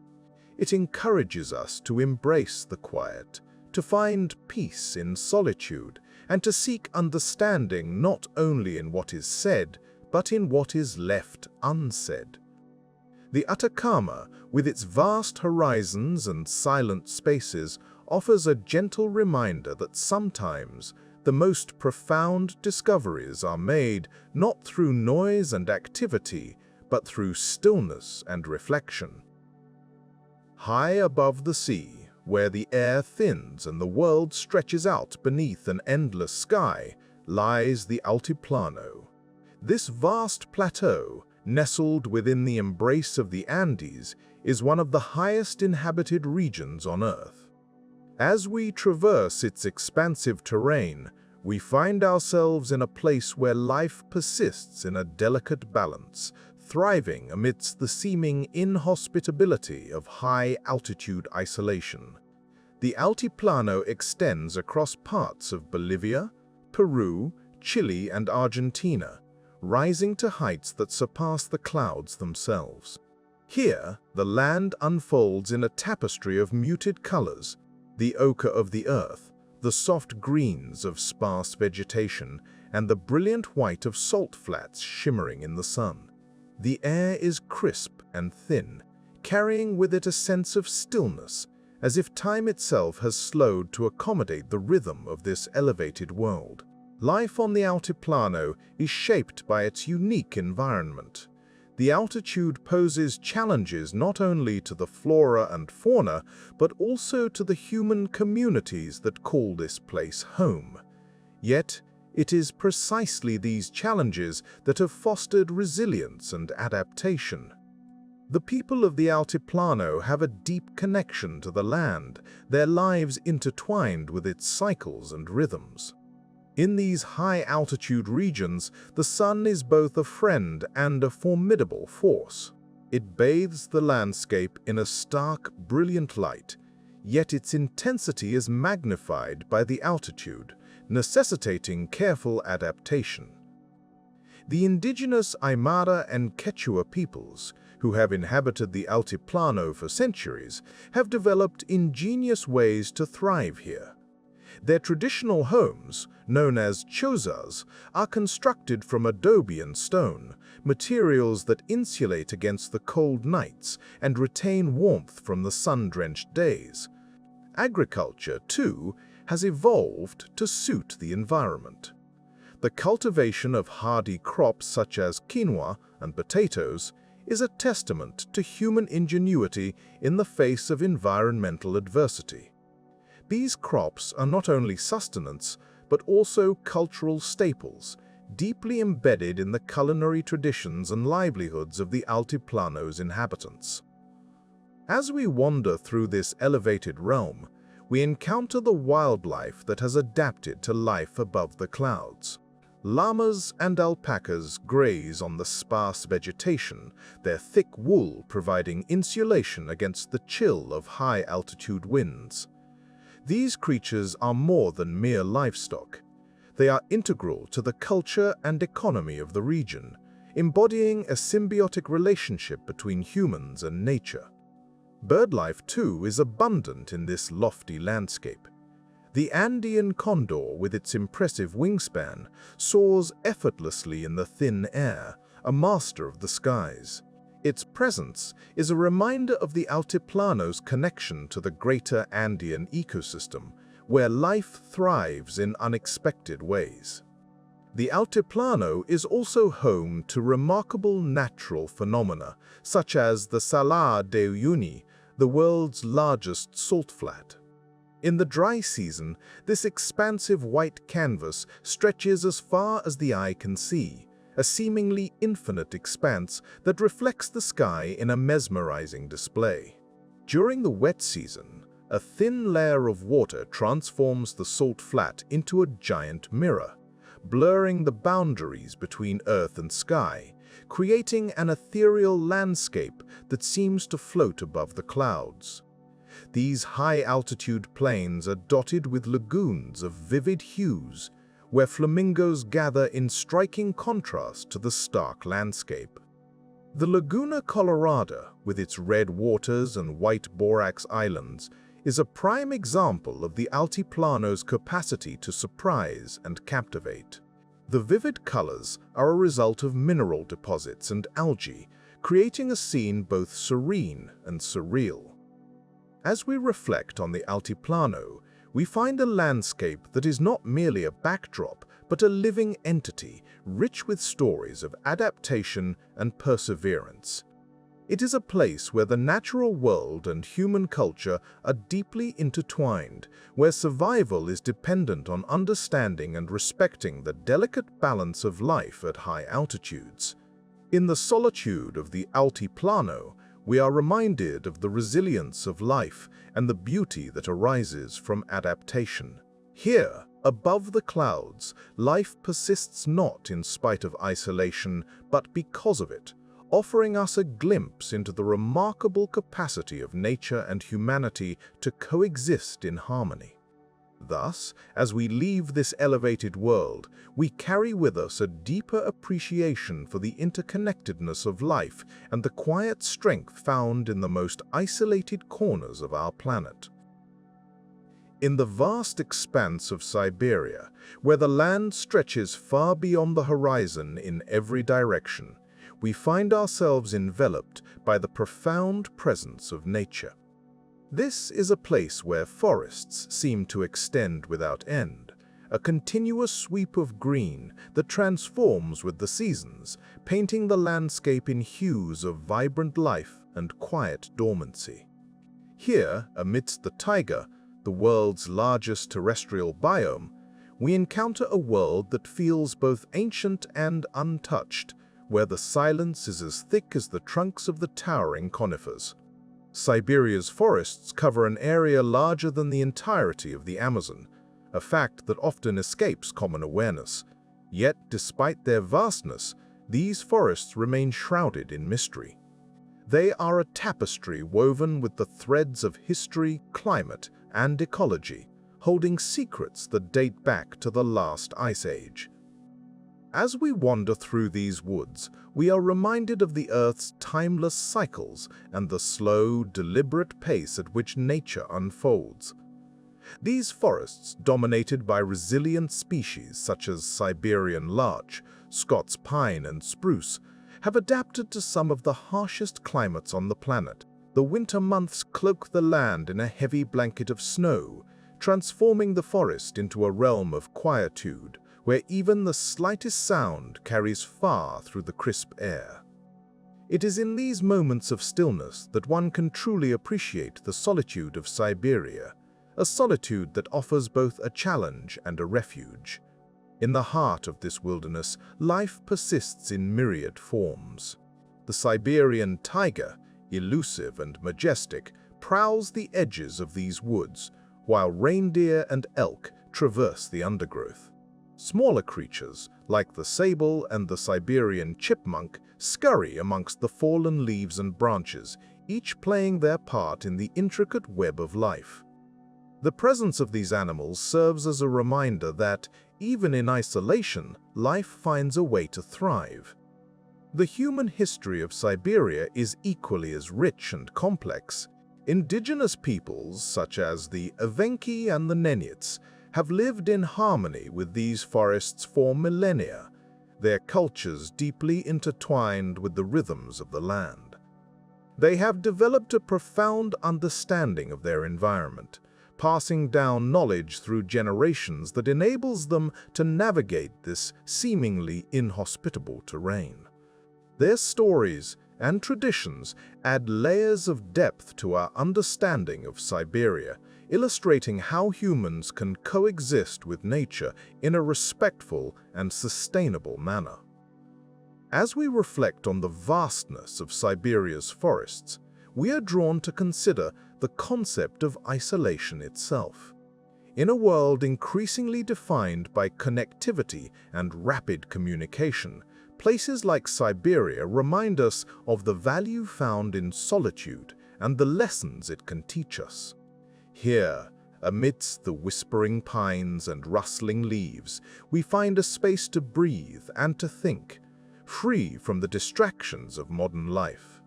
Isolation, in this context, is not merely the absence of others, but rather an opportunity for introspection and a deeper connection with the natural world. It allows us to step back from the noise, to listen to the quiet conversations of the forest, and to observe the subtle interplay of life and death, growth and decay. In doing so, we come to appreciate the delicate balance that sustains these ecosystems and the resilience required to endure in such an environment. The endless forests of Siberia offer a sanctuary for the mind, a place where one can lose themselves in thought and emerge with a renewed sense of clarity. The landscape encourages a slow, deliberate contemplation, much like the gradual progression of the seasons. It prompts us to consider our place in the world and our relationship with the natural environment. In the grand scheme of things, Siberia's forests are but one chapter in the Earth's story, yet they hold an enduring relevance. They serve as a vital component of our planet's respiratory system, absorbing carbon dioxide and releasing oxygen, thus playing a critical role in regulating the global climate. The health of these forests is intrinsically linked to the health of our planet, and their preservation is essential for future generations. As we conclude our exploration of Siberia, we carry with us a sense of awe and respect for the natural world. The forests without end remind us of the power of nature and the importance of protecting these wild places. They are a testament to the resilience of life in the face of adversity and the beauty that can be found in isolation. And so, as we leave behind the endless trees and the quiet paths that meander through them, we do so with an understanding that isolation is not something to be feared, but rather embraced. It is in these moments of solitude that we find clarity, inspiration, and a deeper connection to the world around us. Siberia, with its vast forests and boundless tranquility, leaves an indelible mark on our wandering minds, a reminder of the profound peace that can be found in nature's embrace. In the southern reaches of South America, where the land unfolds like a vast canvas under a sprawling sky, lies the region of Patagonia. This remote expanse, shared by Argentina and Chile, stretches from the Andes in the west to the Atlantic Ocean in the east. It is a place of raw beauty and profound solitude, where the wind sweeps across the plains with unrelenting vigor, shaping both the land and those who choose to inhabit it. Imagine standing on these windswept plains, where the horizon seems to stretch into infinity and the air carries the crisp scent of untamed wilderness. Patagonia is a land defined by its emptiness, where the absence of human noise allows nature's subtle symphony to take center stage. The wind, a constant companion, whispers through the tall grasses and whistles past rocky outcrops, creating a melody that is both haunting and soothing. It is here, in this open and often desolate landscape, that one can truly appreciate the power of isolation. The vastness of Patagonia reminds us of our smallness, encouraging a quiet contemplation of our place in the world. There are no bustling cities to distract us, no towering skyscrapers to obscure our view of the heavens. Instead, there is only the earth, the sky, and the elemental forces that have shaped this region over millennia. Patagonia's geological history is written in its rugged terrain. The Andes, a majestic mountain range that runs like a spine along the continent, were formed over millions of years as tectonic plates collided and reshaped the Earth's surface. The plains themselves were sculpted by ancient glaciers, which, as they retreated, left behind a landscape of rocky plateaus and deep valleys. This dynamic history is etched into every ridge and crevice, a testament to the planet's ever-changing nature. In this landscape, the wildlife has adapted to survive in conditions that are both harsh and beautiful. The guanaco, a distant relative of the camel, roams the plains in search of sparse vegetation. With their keen eyesight and nimble footing, these creatures are perfectly suited to navigate the open terrain. The Andean condor, one of the world's largest flying birds, soars high above, its wings spanning over 3 meters. It rides the thermals with effortless grace, a master of the skies. Human presence in Patagonia is sparse, and those who do make their home here are often drawn by the solitude and simplicity of life in such a remote region. The indigenous Mapuche people have lived in harmony with the land for centuries, their culture and traditions deeply intertwined with the natural world. Today, a few hardy ranchers and farmers continue to work the land, tending to sheep and cattle amidst the windswept grasslands. To live in Patagonia is to embrace a life of contemplation and resilience. The wind, ever present, is both a challenge and a companion. It shapes the landscape and the people alike, carving out a living that is both humble and profound. In the face of such isolation, one must adapt, finding comfort in the rhythm of nature and the quiet of open spaces. The wind also plays a crucial role in the ecology of Patagonia. It carries seeds across great distances, facilitating the spread of plant life in an otherwise barren environment. This natural dispersal is vital for maintaining the fragile ecosystems that thrive here. The flora of Patagonia is diverse, ranging from hardy shrubs to delicate wildflowers, each species uniquely adapted to withstand the relentless gusts. As we stand on the plains, it is easy to lose oneself in the vastness of the landscape. The sky above seems larger here, its blue expanse dotted with the wispy trails of clouds swept along by the wind. At night, the lack of artificial light reveals a celestial display of stars, each one a distant sun in the universe's grand tapestry. It is a reminder of the infinite, of the mysteries that lie beyond our earthly existence. In Patagonia, time seems to slow, and the demands of modern life fade into the background. The solitude found here offers a space for reflection, a chance to reconnect with the natural world and with oneself. It is a place where the mind can wander freely, untethered by the constraints of daily life. As we leave Patagonia's windswept plains, we carry with us a sense of peace, a profound appreciation for the beauty of isolation.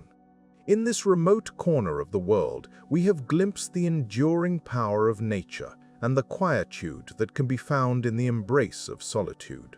The plains of Patagonia remind us that, even in our most isolated moments, we are part of a larger, interconnected web of life, each of us a small but significant piece of the universe's grand puzzle.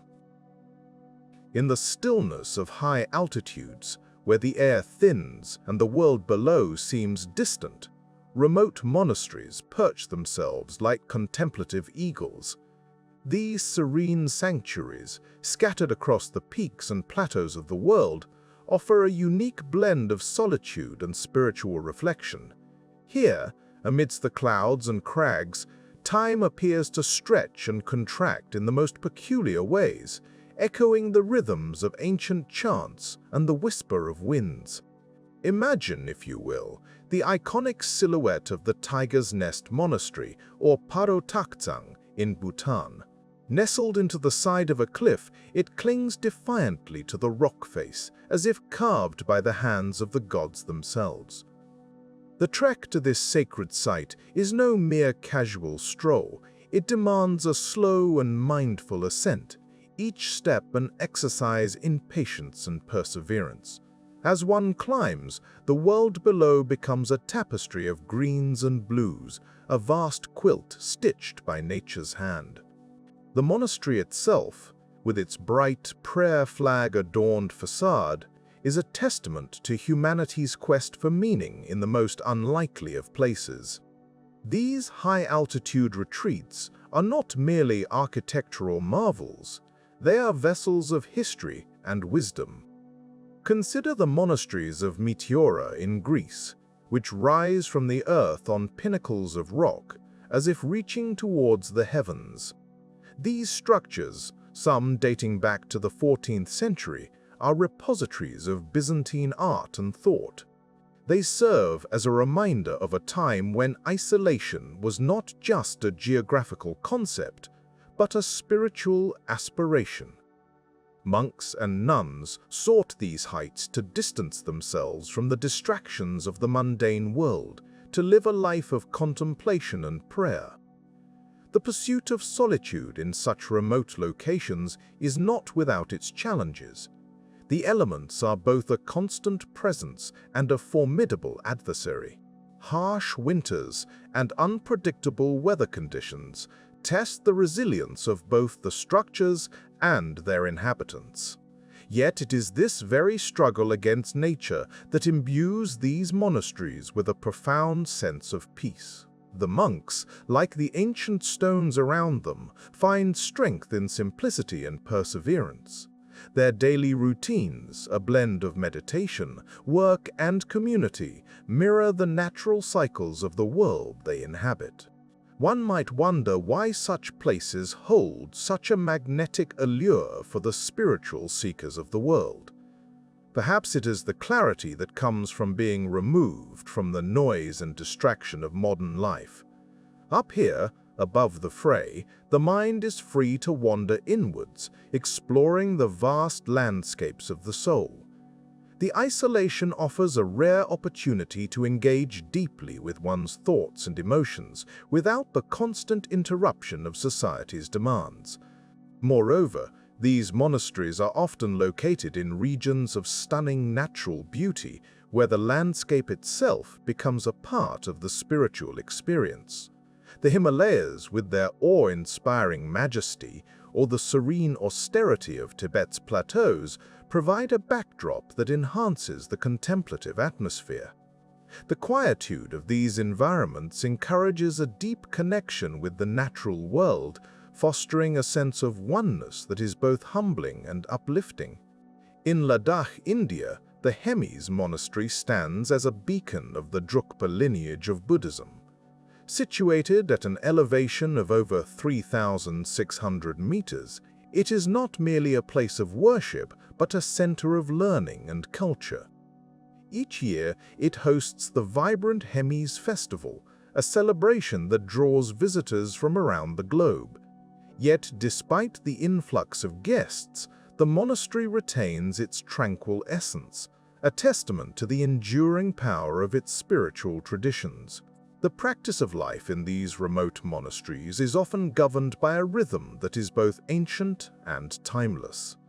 The ringing of bells, the cadence of chants, and the simple act of lighting a candle form a symphony of devotion.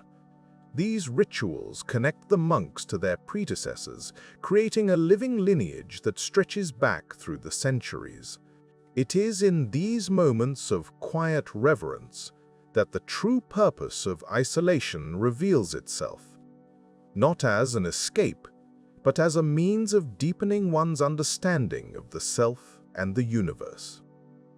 At Mount Athos in Greece, a peninsula known for its monastic communities, the air is thick with a sense of history and spirituality. Here, monks have dedicated their lives to the pursuit of divine knowledge, living in accordance with traditions that have remained largely unchanged for over 1,000 years. The peninsula's rugged terrain and strict access limitations preserve its sacred atmosphere, allowing those who dwell there to focus entirely on their spiritual journey. As we reflect on these remote monasteries, it becomes clear that their allure lies not just in their isolation, but in their capacity to inspire introspection and growth. They remind us of the beauty of solitude and the potential for transformation that lies within each of us. In a world that often moves too quickly, these high places offer a chance to pause, to breathe deeply, and to listen to the whispers of the wind and the heartbeat of the earth. In the end, these sanctuaries of solitude teach us that while we may seek isolation to escape, it is often in these quiet, remote places that we find our true selves. They stand as monuments to the enduring human spirit, ever reaching upwards, ever searching for meaning amidst the silence of the skies. And perhaps, in their stillness, they offer us the greatest gift of all, the opportunity to simply be. In the vast blue expanse of our world's oceans, far from the bustling cities and the hum of everyday life, lie the Oceanic research stations.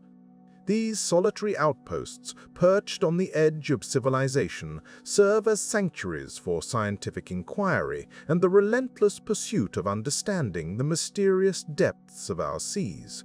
Imagine, if you will, a life where the horizon is a never-ending curve of water, where the noise of humanity is replaced by the symphony of waves and wind, and the closest neighbor is not a person, but a curious albatross gliding on the breeze. Oceanic research stations are peculiar environments, not just in their isolation, but in their very purpose. Here, scientists come together from across the globe, united by a common goal to unravel the secrets of the oceans. These stations, often accessible only by boat or helicopter, are home to a small yet dedicated community of researchers who endure the challenges of isolation to study everything from climate patterns to marine biodiversity. One might imagine these stations as fortresses of technology, brimming with cutting-edge equipment and laboratories. And indeed, they are. But they are also places where the rhythm of life is dictated by the tides and the weather, where the simplicity of daily routines offers a counterbalance to the complexity of scientific endeavors. Here, surrounded by the boundless sea, researchers find a unique perspective, a chance to step back from the frenetic pace of modern life and engage with the world in its rawest form. Consider the work of oceanographers who study the currents that traverse our planet's oceans like veins through a living body. These currents, invisible yet powerful, regulate the Earth's climate, distribute nutrients, and sustain marine life. By understanding these pathways, scientists can better predict weather patterns, track the movement of pollutants, and comprehend the broader impacts of climate change. It is a task that requires patience and precision, for the ocean does not easily yield its secrets. At these remote stations, biologists delve into the rich tapestry of marine life that thrives beneath the waves. From the smallest plankton to the largest whales, every organism plays a role in the intricate ecosystem of the sea. Researchers may spend months observing the behaviors of these creatures, collecting samples and analyzing data. It is a meticulous process, one that can be both rewarding and humbling. For in the vastness of the ocean, humans are reminded of their small place in the grand scheme of life. In addition to scientific research, these stations serve as critical monitoring points for understanding the health of our oceans. Instruments are set up to measure variables such as sea temperature, salinity, and acidity data that are crucial for tracking the impacts of global warming. The isolation of these stations offers an unpolluted baseline, a place where the natural state of the ocean can be observed without the interference of human activity. The daily life of a researcher at an oceanic station is both ordinary and extraordinary. Meals are shared in communal kitchens, offering a space for conversation and camaraderie. The confines of the station foster a sense of togetherness as individuals from diverse backgrounds and specialities collaborate to solve the puzzles presented by the ocean. Yet, there is also solitude, found in the quiet moments on deck, gazing out at the endless water, contemplating the profound mysteries that lie beneath. These stations also face challenges, not least in the logistics of maintaining a human presence in such remote locations. Supplies must be meticulously planned and rationed, and every piece of equipment must be capable of withstanding the harsh conditions of the marine environment.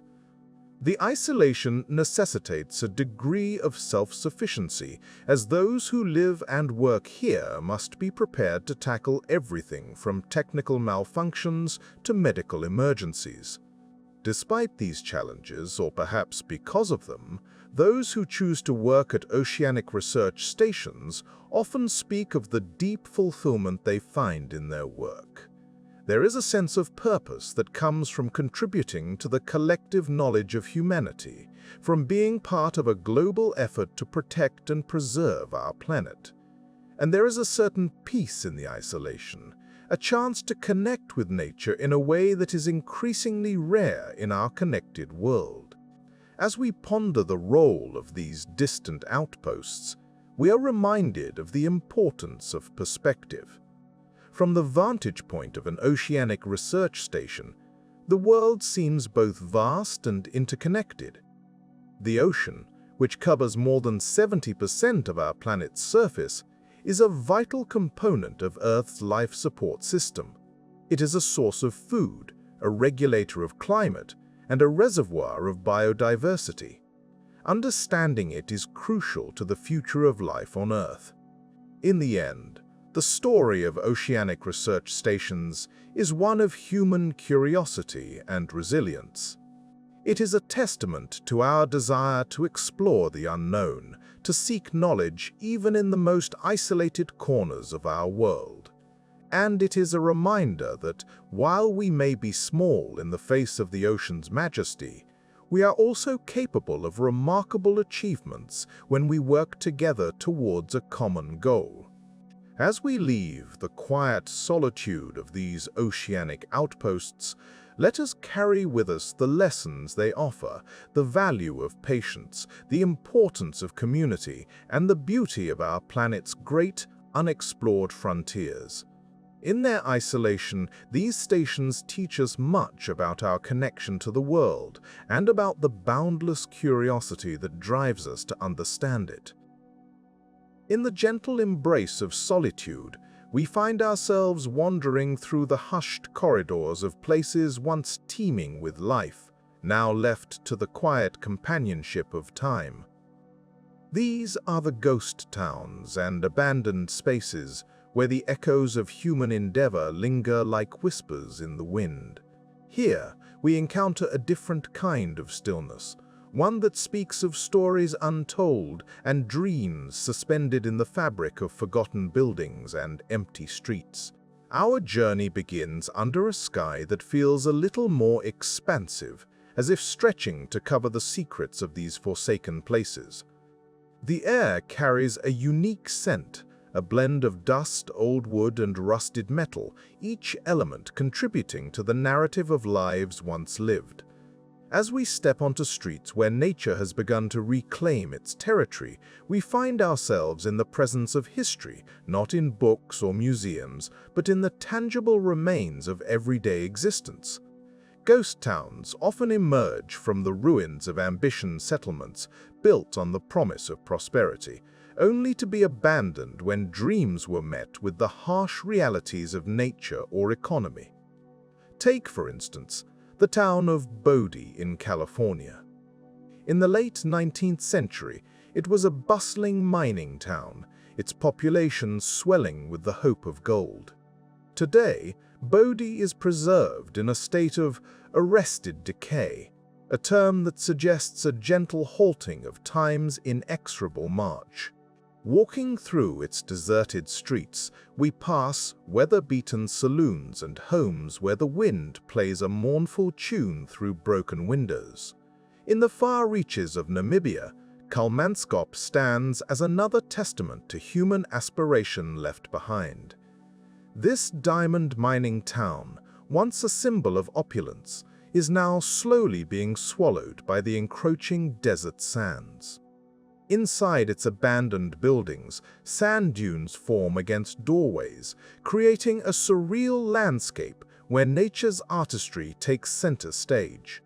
The juxtaposition of opulent architecture against the relentless encroachment of the desert invites contemplation on the ephemeral nature of human achievement in the face of nature's timeless patience. Traveling across the Atlantic, we find ourselves in the ghost towns of Pripyat, Ukraine, near the Chernobyl nuclear power plant. Here, the silence is profound, underscored by an invisible presence, the lingering radiation from the 1986 disaster.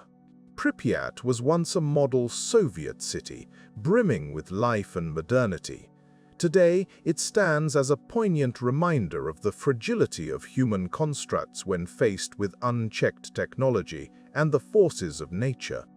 The sight of a Ferris wheel, abandoned mid-rotation, speaks volumes of a day that never ended, a moment frozen in time. Yet, not all abandoned spaces are born from catastrophe or decline. Some are the result of shifts in industry or societal change. The town of Hashima Island in Japan, once a thriving coal mining facility, was deserted when petroleum replaced coal as the primary energy source.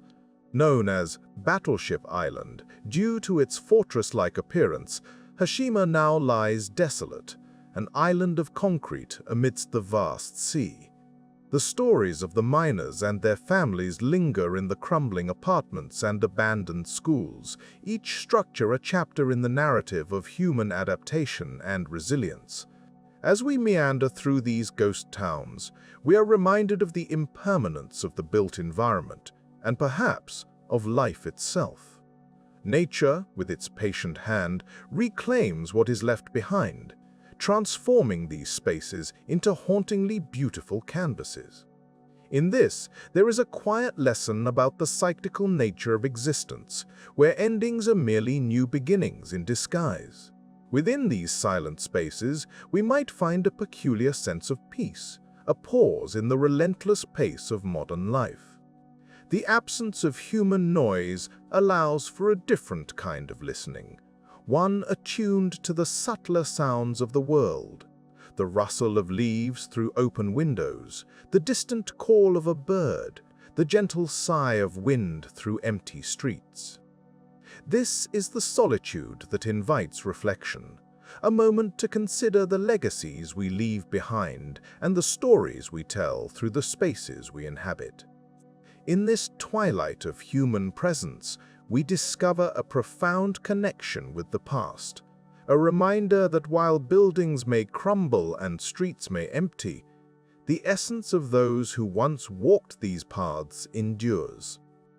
Like the stars in a night sky, each ghost town is a point of light in the vast tapestry of human history, a beacon of stories waiting to be heard by those willing to listen.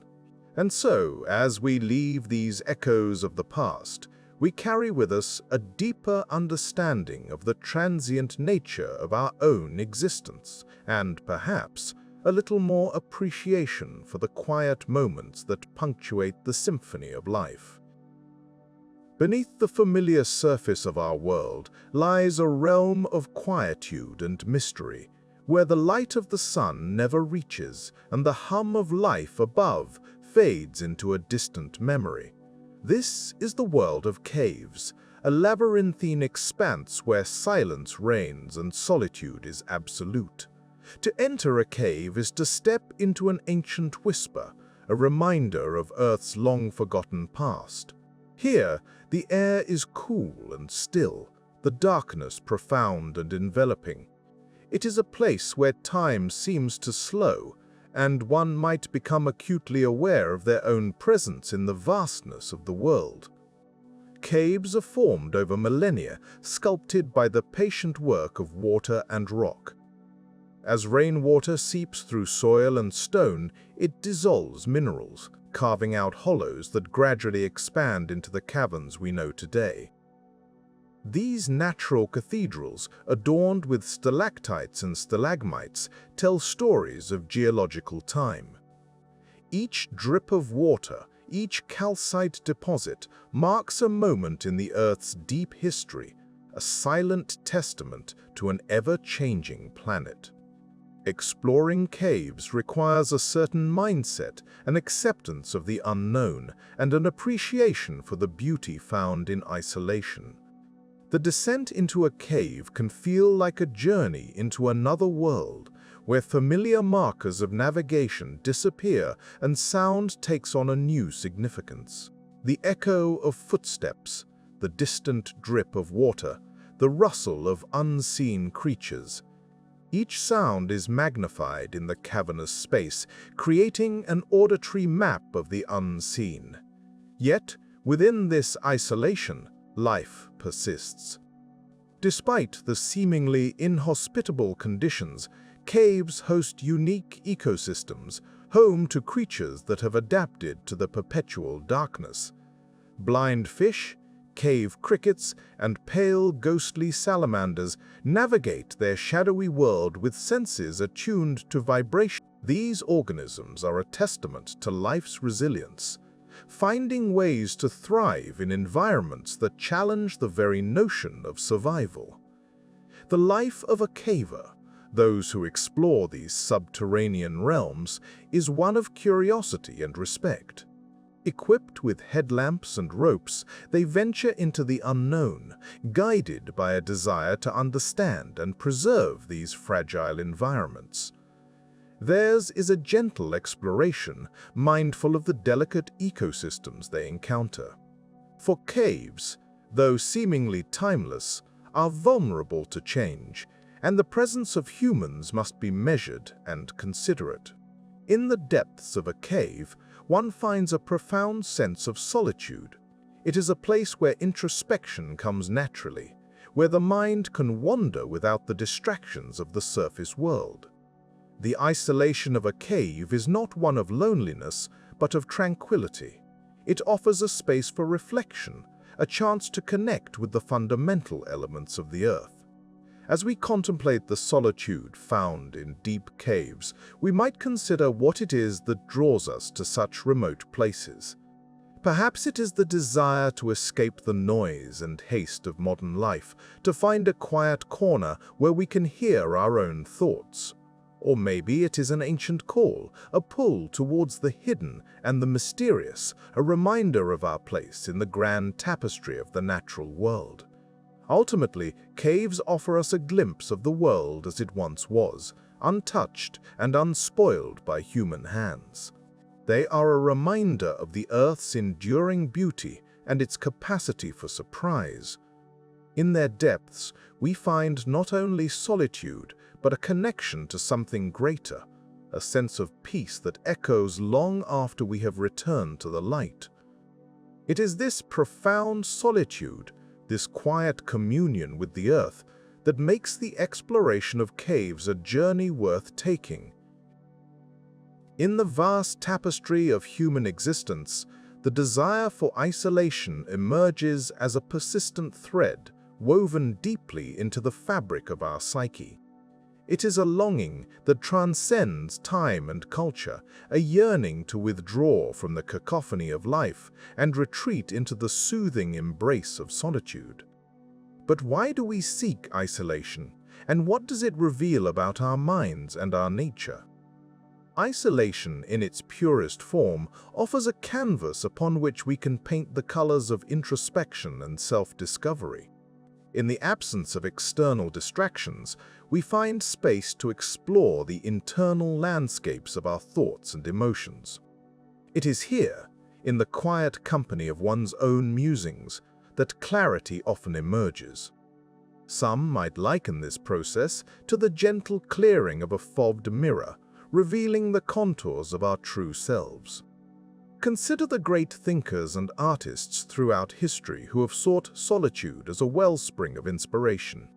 Virginia Woolf spoke of the necessity of a room of one's own, a sanctuary where creativity could unfurl unencumbered. Similarly, the reclusive tendencies of Henry David Thoreau led him to the shores of Walden Pond, where he lived deliberately and observed the minutiae of life with an intensity only solitude could afford. These figures remind us that isolation can be a crucible for creativity, where the mind is free to wander and wonder. Yet, the allure of isolation is not solely the domain of artists and thinkers. It is a universal impulse, evident in the quiet moments we carve out for ourselves amidst the bustle of daily life. Whether it is a solitary walk in a park or a moment of quiet reflection at a window, these pauses offer a respite from the demands of the world, allowing us to reconnect with our own inner rhythms. The lessons gleaned from isolation extend beyond personal insight. They offer a broader perspective on our place in the world. In solitude, the boundaries of self and other begin to blur, fostering a sense of interconnectedness with the natural world. As we spend time alone in nature, we become attuned to its subtle symphony, the rustle of leaves, the whisper of the wind, the distant call of a bird. These sounds, often drowned out by the din of human activity, remind us of the larger ecosystem of which we are a part. Moreover, isolation has the power to recalibrate our priorities. Stripped of societal pressures and expectations, we are free to explore what truly matters to us. This process can be both liberating and challenging, as it may reveal truths we have long avoided. Yet, in confronting these truths, we gain the strength to align our lives more closely with our values and aspirations. It is important to acknowledge, however, that isolation is a double-edged sword. While it can provide solace and insight, prolonged solitude can also lead to feelings of loneliness and disconnection. The distinction between solitude and loneliness is subtle yet profound. Solitude is chosen and embraced, a fertile ground for growth. Loneliness, on the other hand, is often imposed and unwelcome, a barren landscape that can erode the spirit. In understanding why we seek isolation, we must also consider the balance between solitude and community. Human beings are inherently social creatures, and our connections with others are vital for our well-being. The challenge lies in finding harmony between these two seemingly opposing needs, the need for independence and the need for belonging.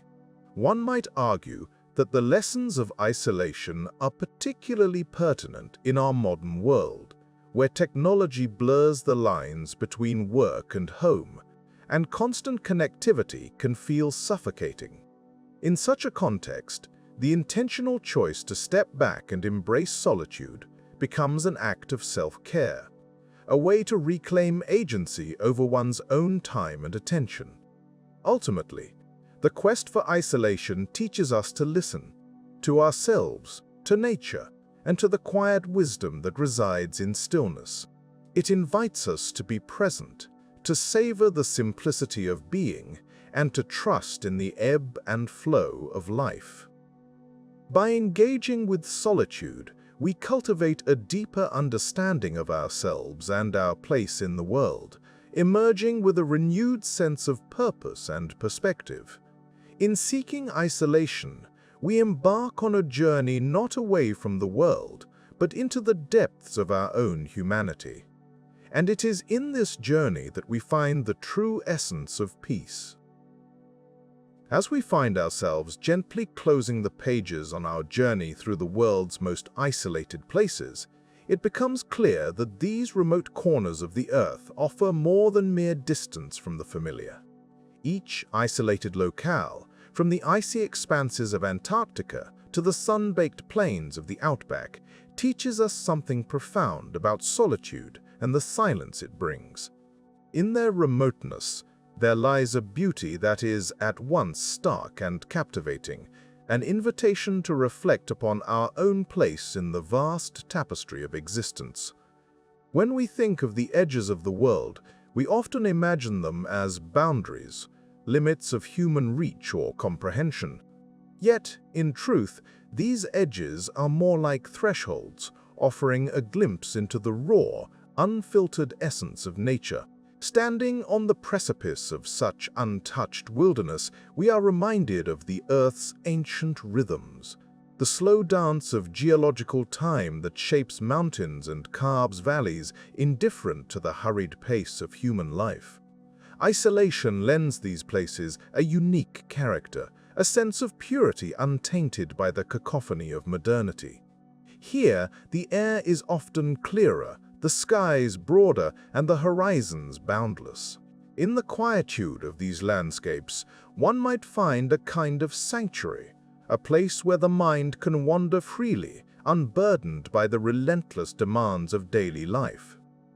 It is in these moments of stillness that we can truly listen to the whispering winds, the rustling leaves, and perhaps most importantly, to the quiet voice within ourselves. The beauty of isolation is not solely in the landscapes themselves, but in the way they invite introspection. To be alone in such vastness is to confront the self, to peel back the layers of distraction and facade that often obscure our true nature.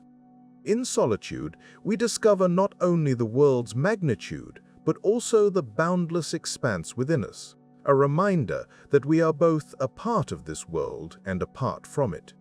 There is a certain humility that comes from standing beneath a sky unpolluted by city lights, where the stars are strewn across the heavens in a magnificent sprawl. Such sights remind us of our smallness in the grand scheme of things, a humbling yet liberating realization. We are, after all, but fleeting visitors on this ancient planet, our lives a mere blink in the cosmic timeline. Yet, within this smallness lies a profound connection. The edges of the world teach us that while we may be solitary in our journeys, we are never truly alone. The Earth is a living entity, breathing and evolving, and in its remote places, we find traces of life's tenacity and resilience. From the tiny lichens clinging to rocky outcrops in the tundra, to the hardy creatures that call the desert home, life persists against the odds, a testament to nature's indomitable spirit. These places, untouched by the relentless march of progress, also remind us of the importance of conservation and stewardship. They stand as a poignant reminder of what is at stake in our rapidly changing world, urging us to tread lightly and preserve the natural wonders that have existed for millennia. In safeguarding these remote realms, we protect not only biodiversity, but also the sanctuaries that offer solace and inspiration to those who seek them. Reflecting on our journey, we might consider what it means to be truly remote. Is it merely a matter of geography, or is there a deeper, more introspective aspect to isolation? Perhaps it is both. A physical separation from the familiar and a metaphysical exploration of the self. In our increasingly connected world, finding such solitude can be a challenge, yet its value is immeasurable. In the end, the edges of the world are not just remote, they are revealing. They show us who we are and what we might become, offering insights that are as timeless as the landscapes themselves. As we journey back from these distant lands, we carry with us the lessons they impart. A deeper appreciation for the Earth's beauty, a renewed sense of wonder, and perhaps a more profound understanding of our place within this vast universe. As we conclude this gentle exploration, we are reminded that the world is full of mysteries waiting to be discovered and stories waiting to be told. The most isolated places on Earth, with their quiet grandeur, beckon to those who are willing to listen and learn from the silence. And in doing so, they offer not only a retreat from the noise of our daily lives, but a path to understanding the quiet corners of our own wandering minds.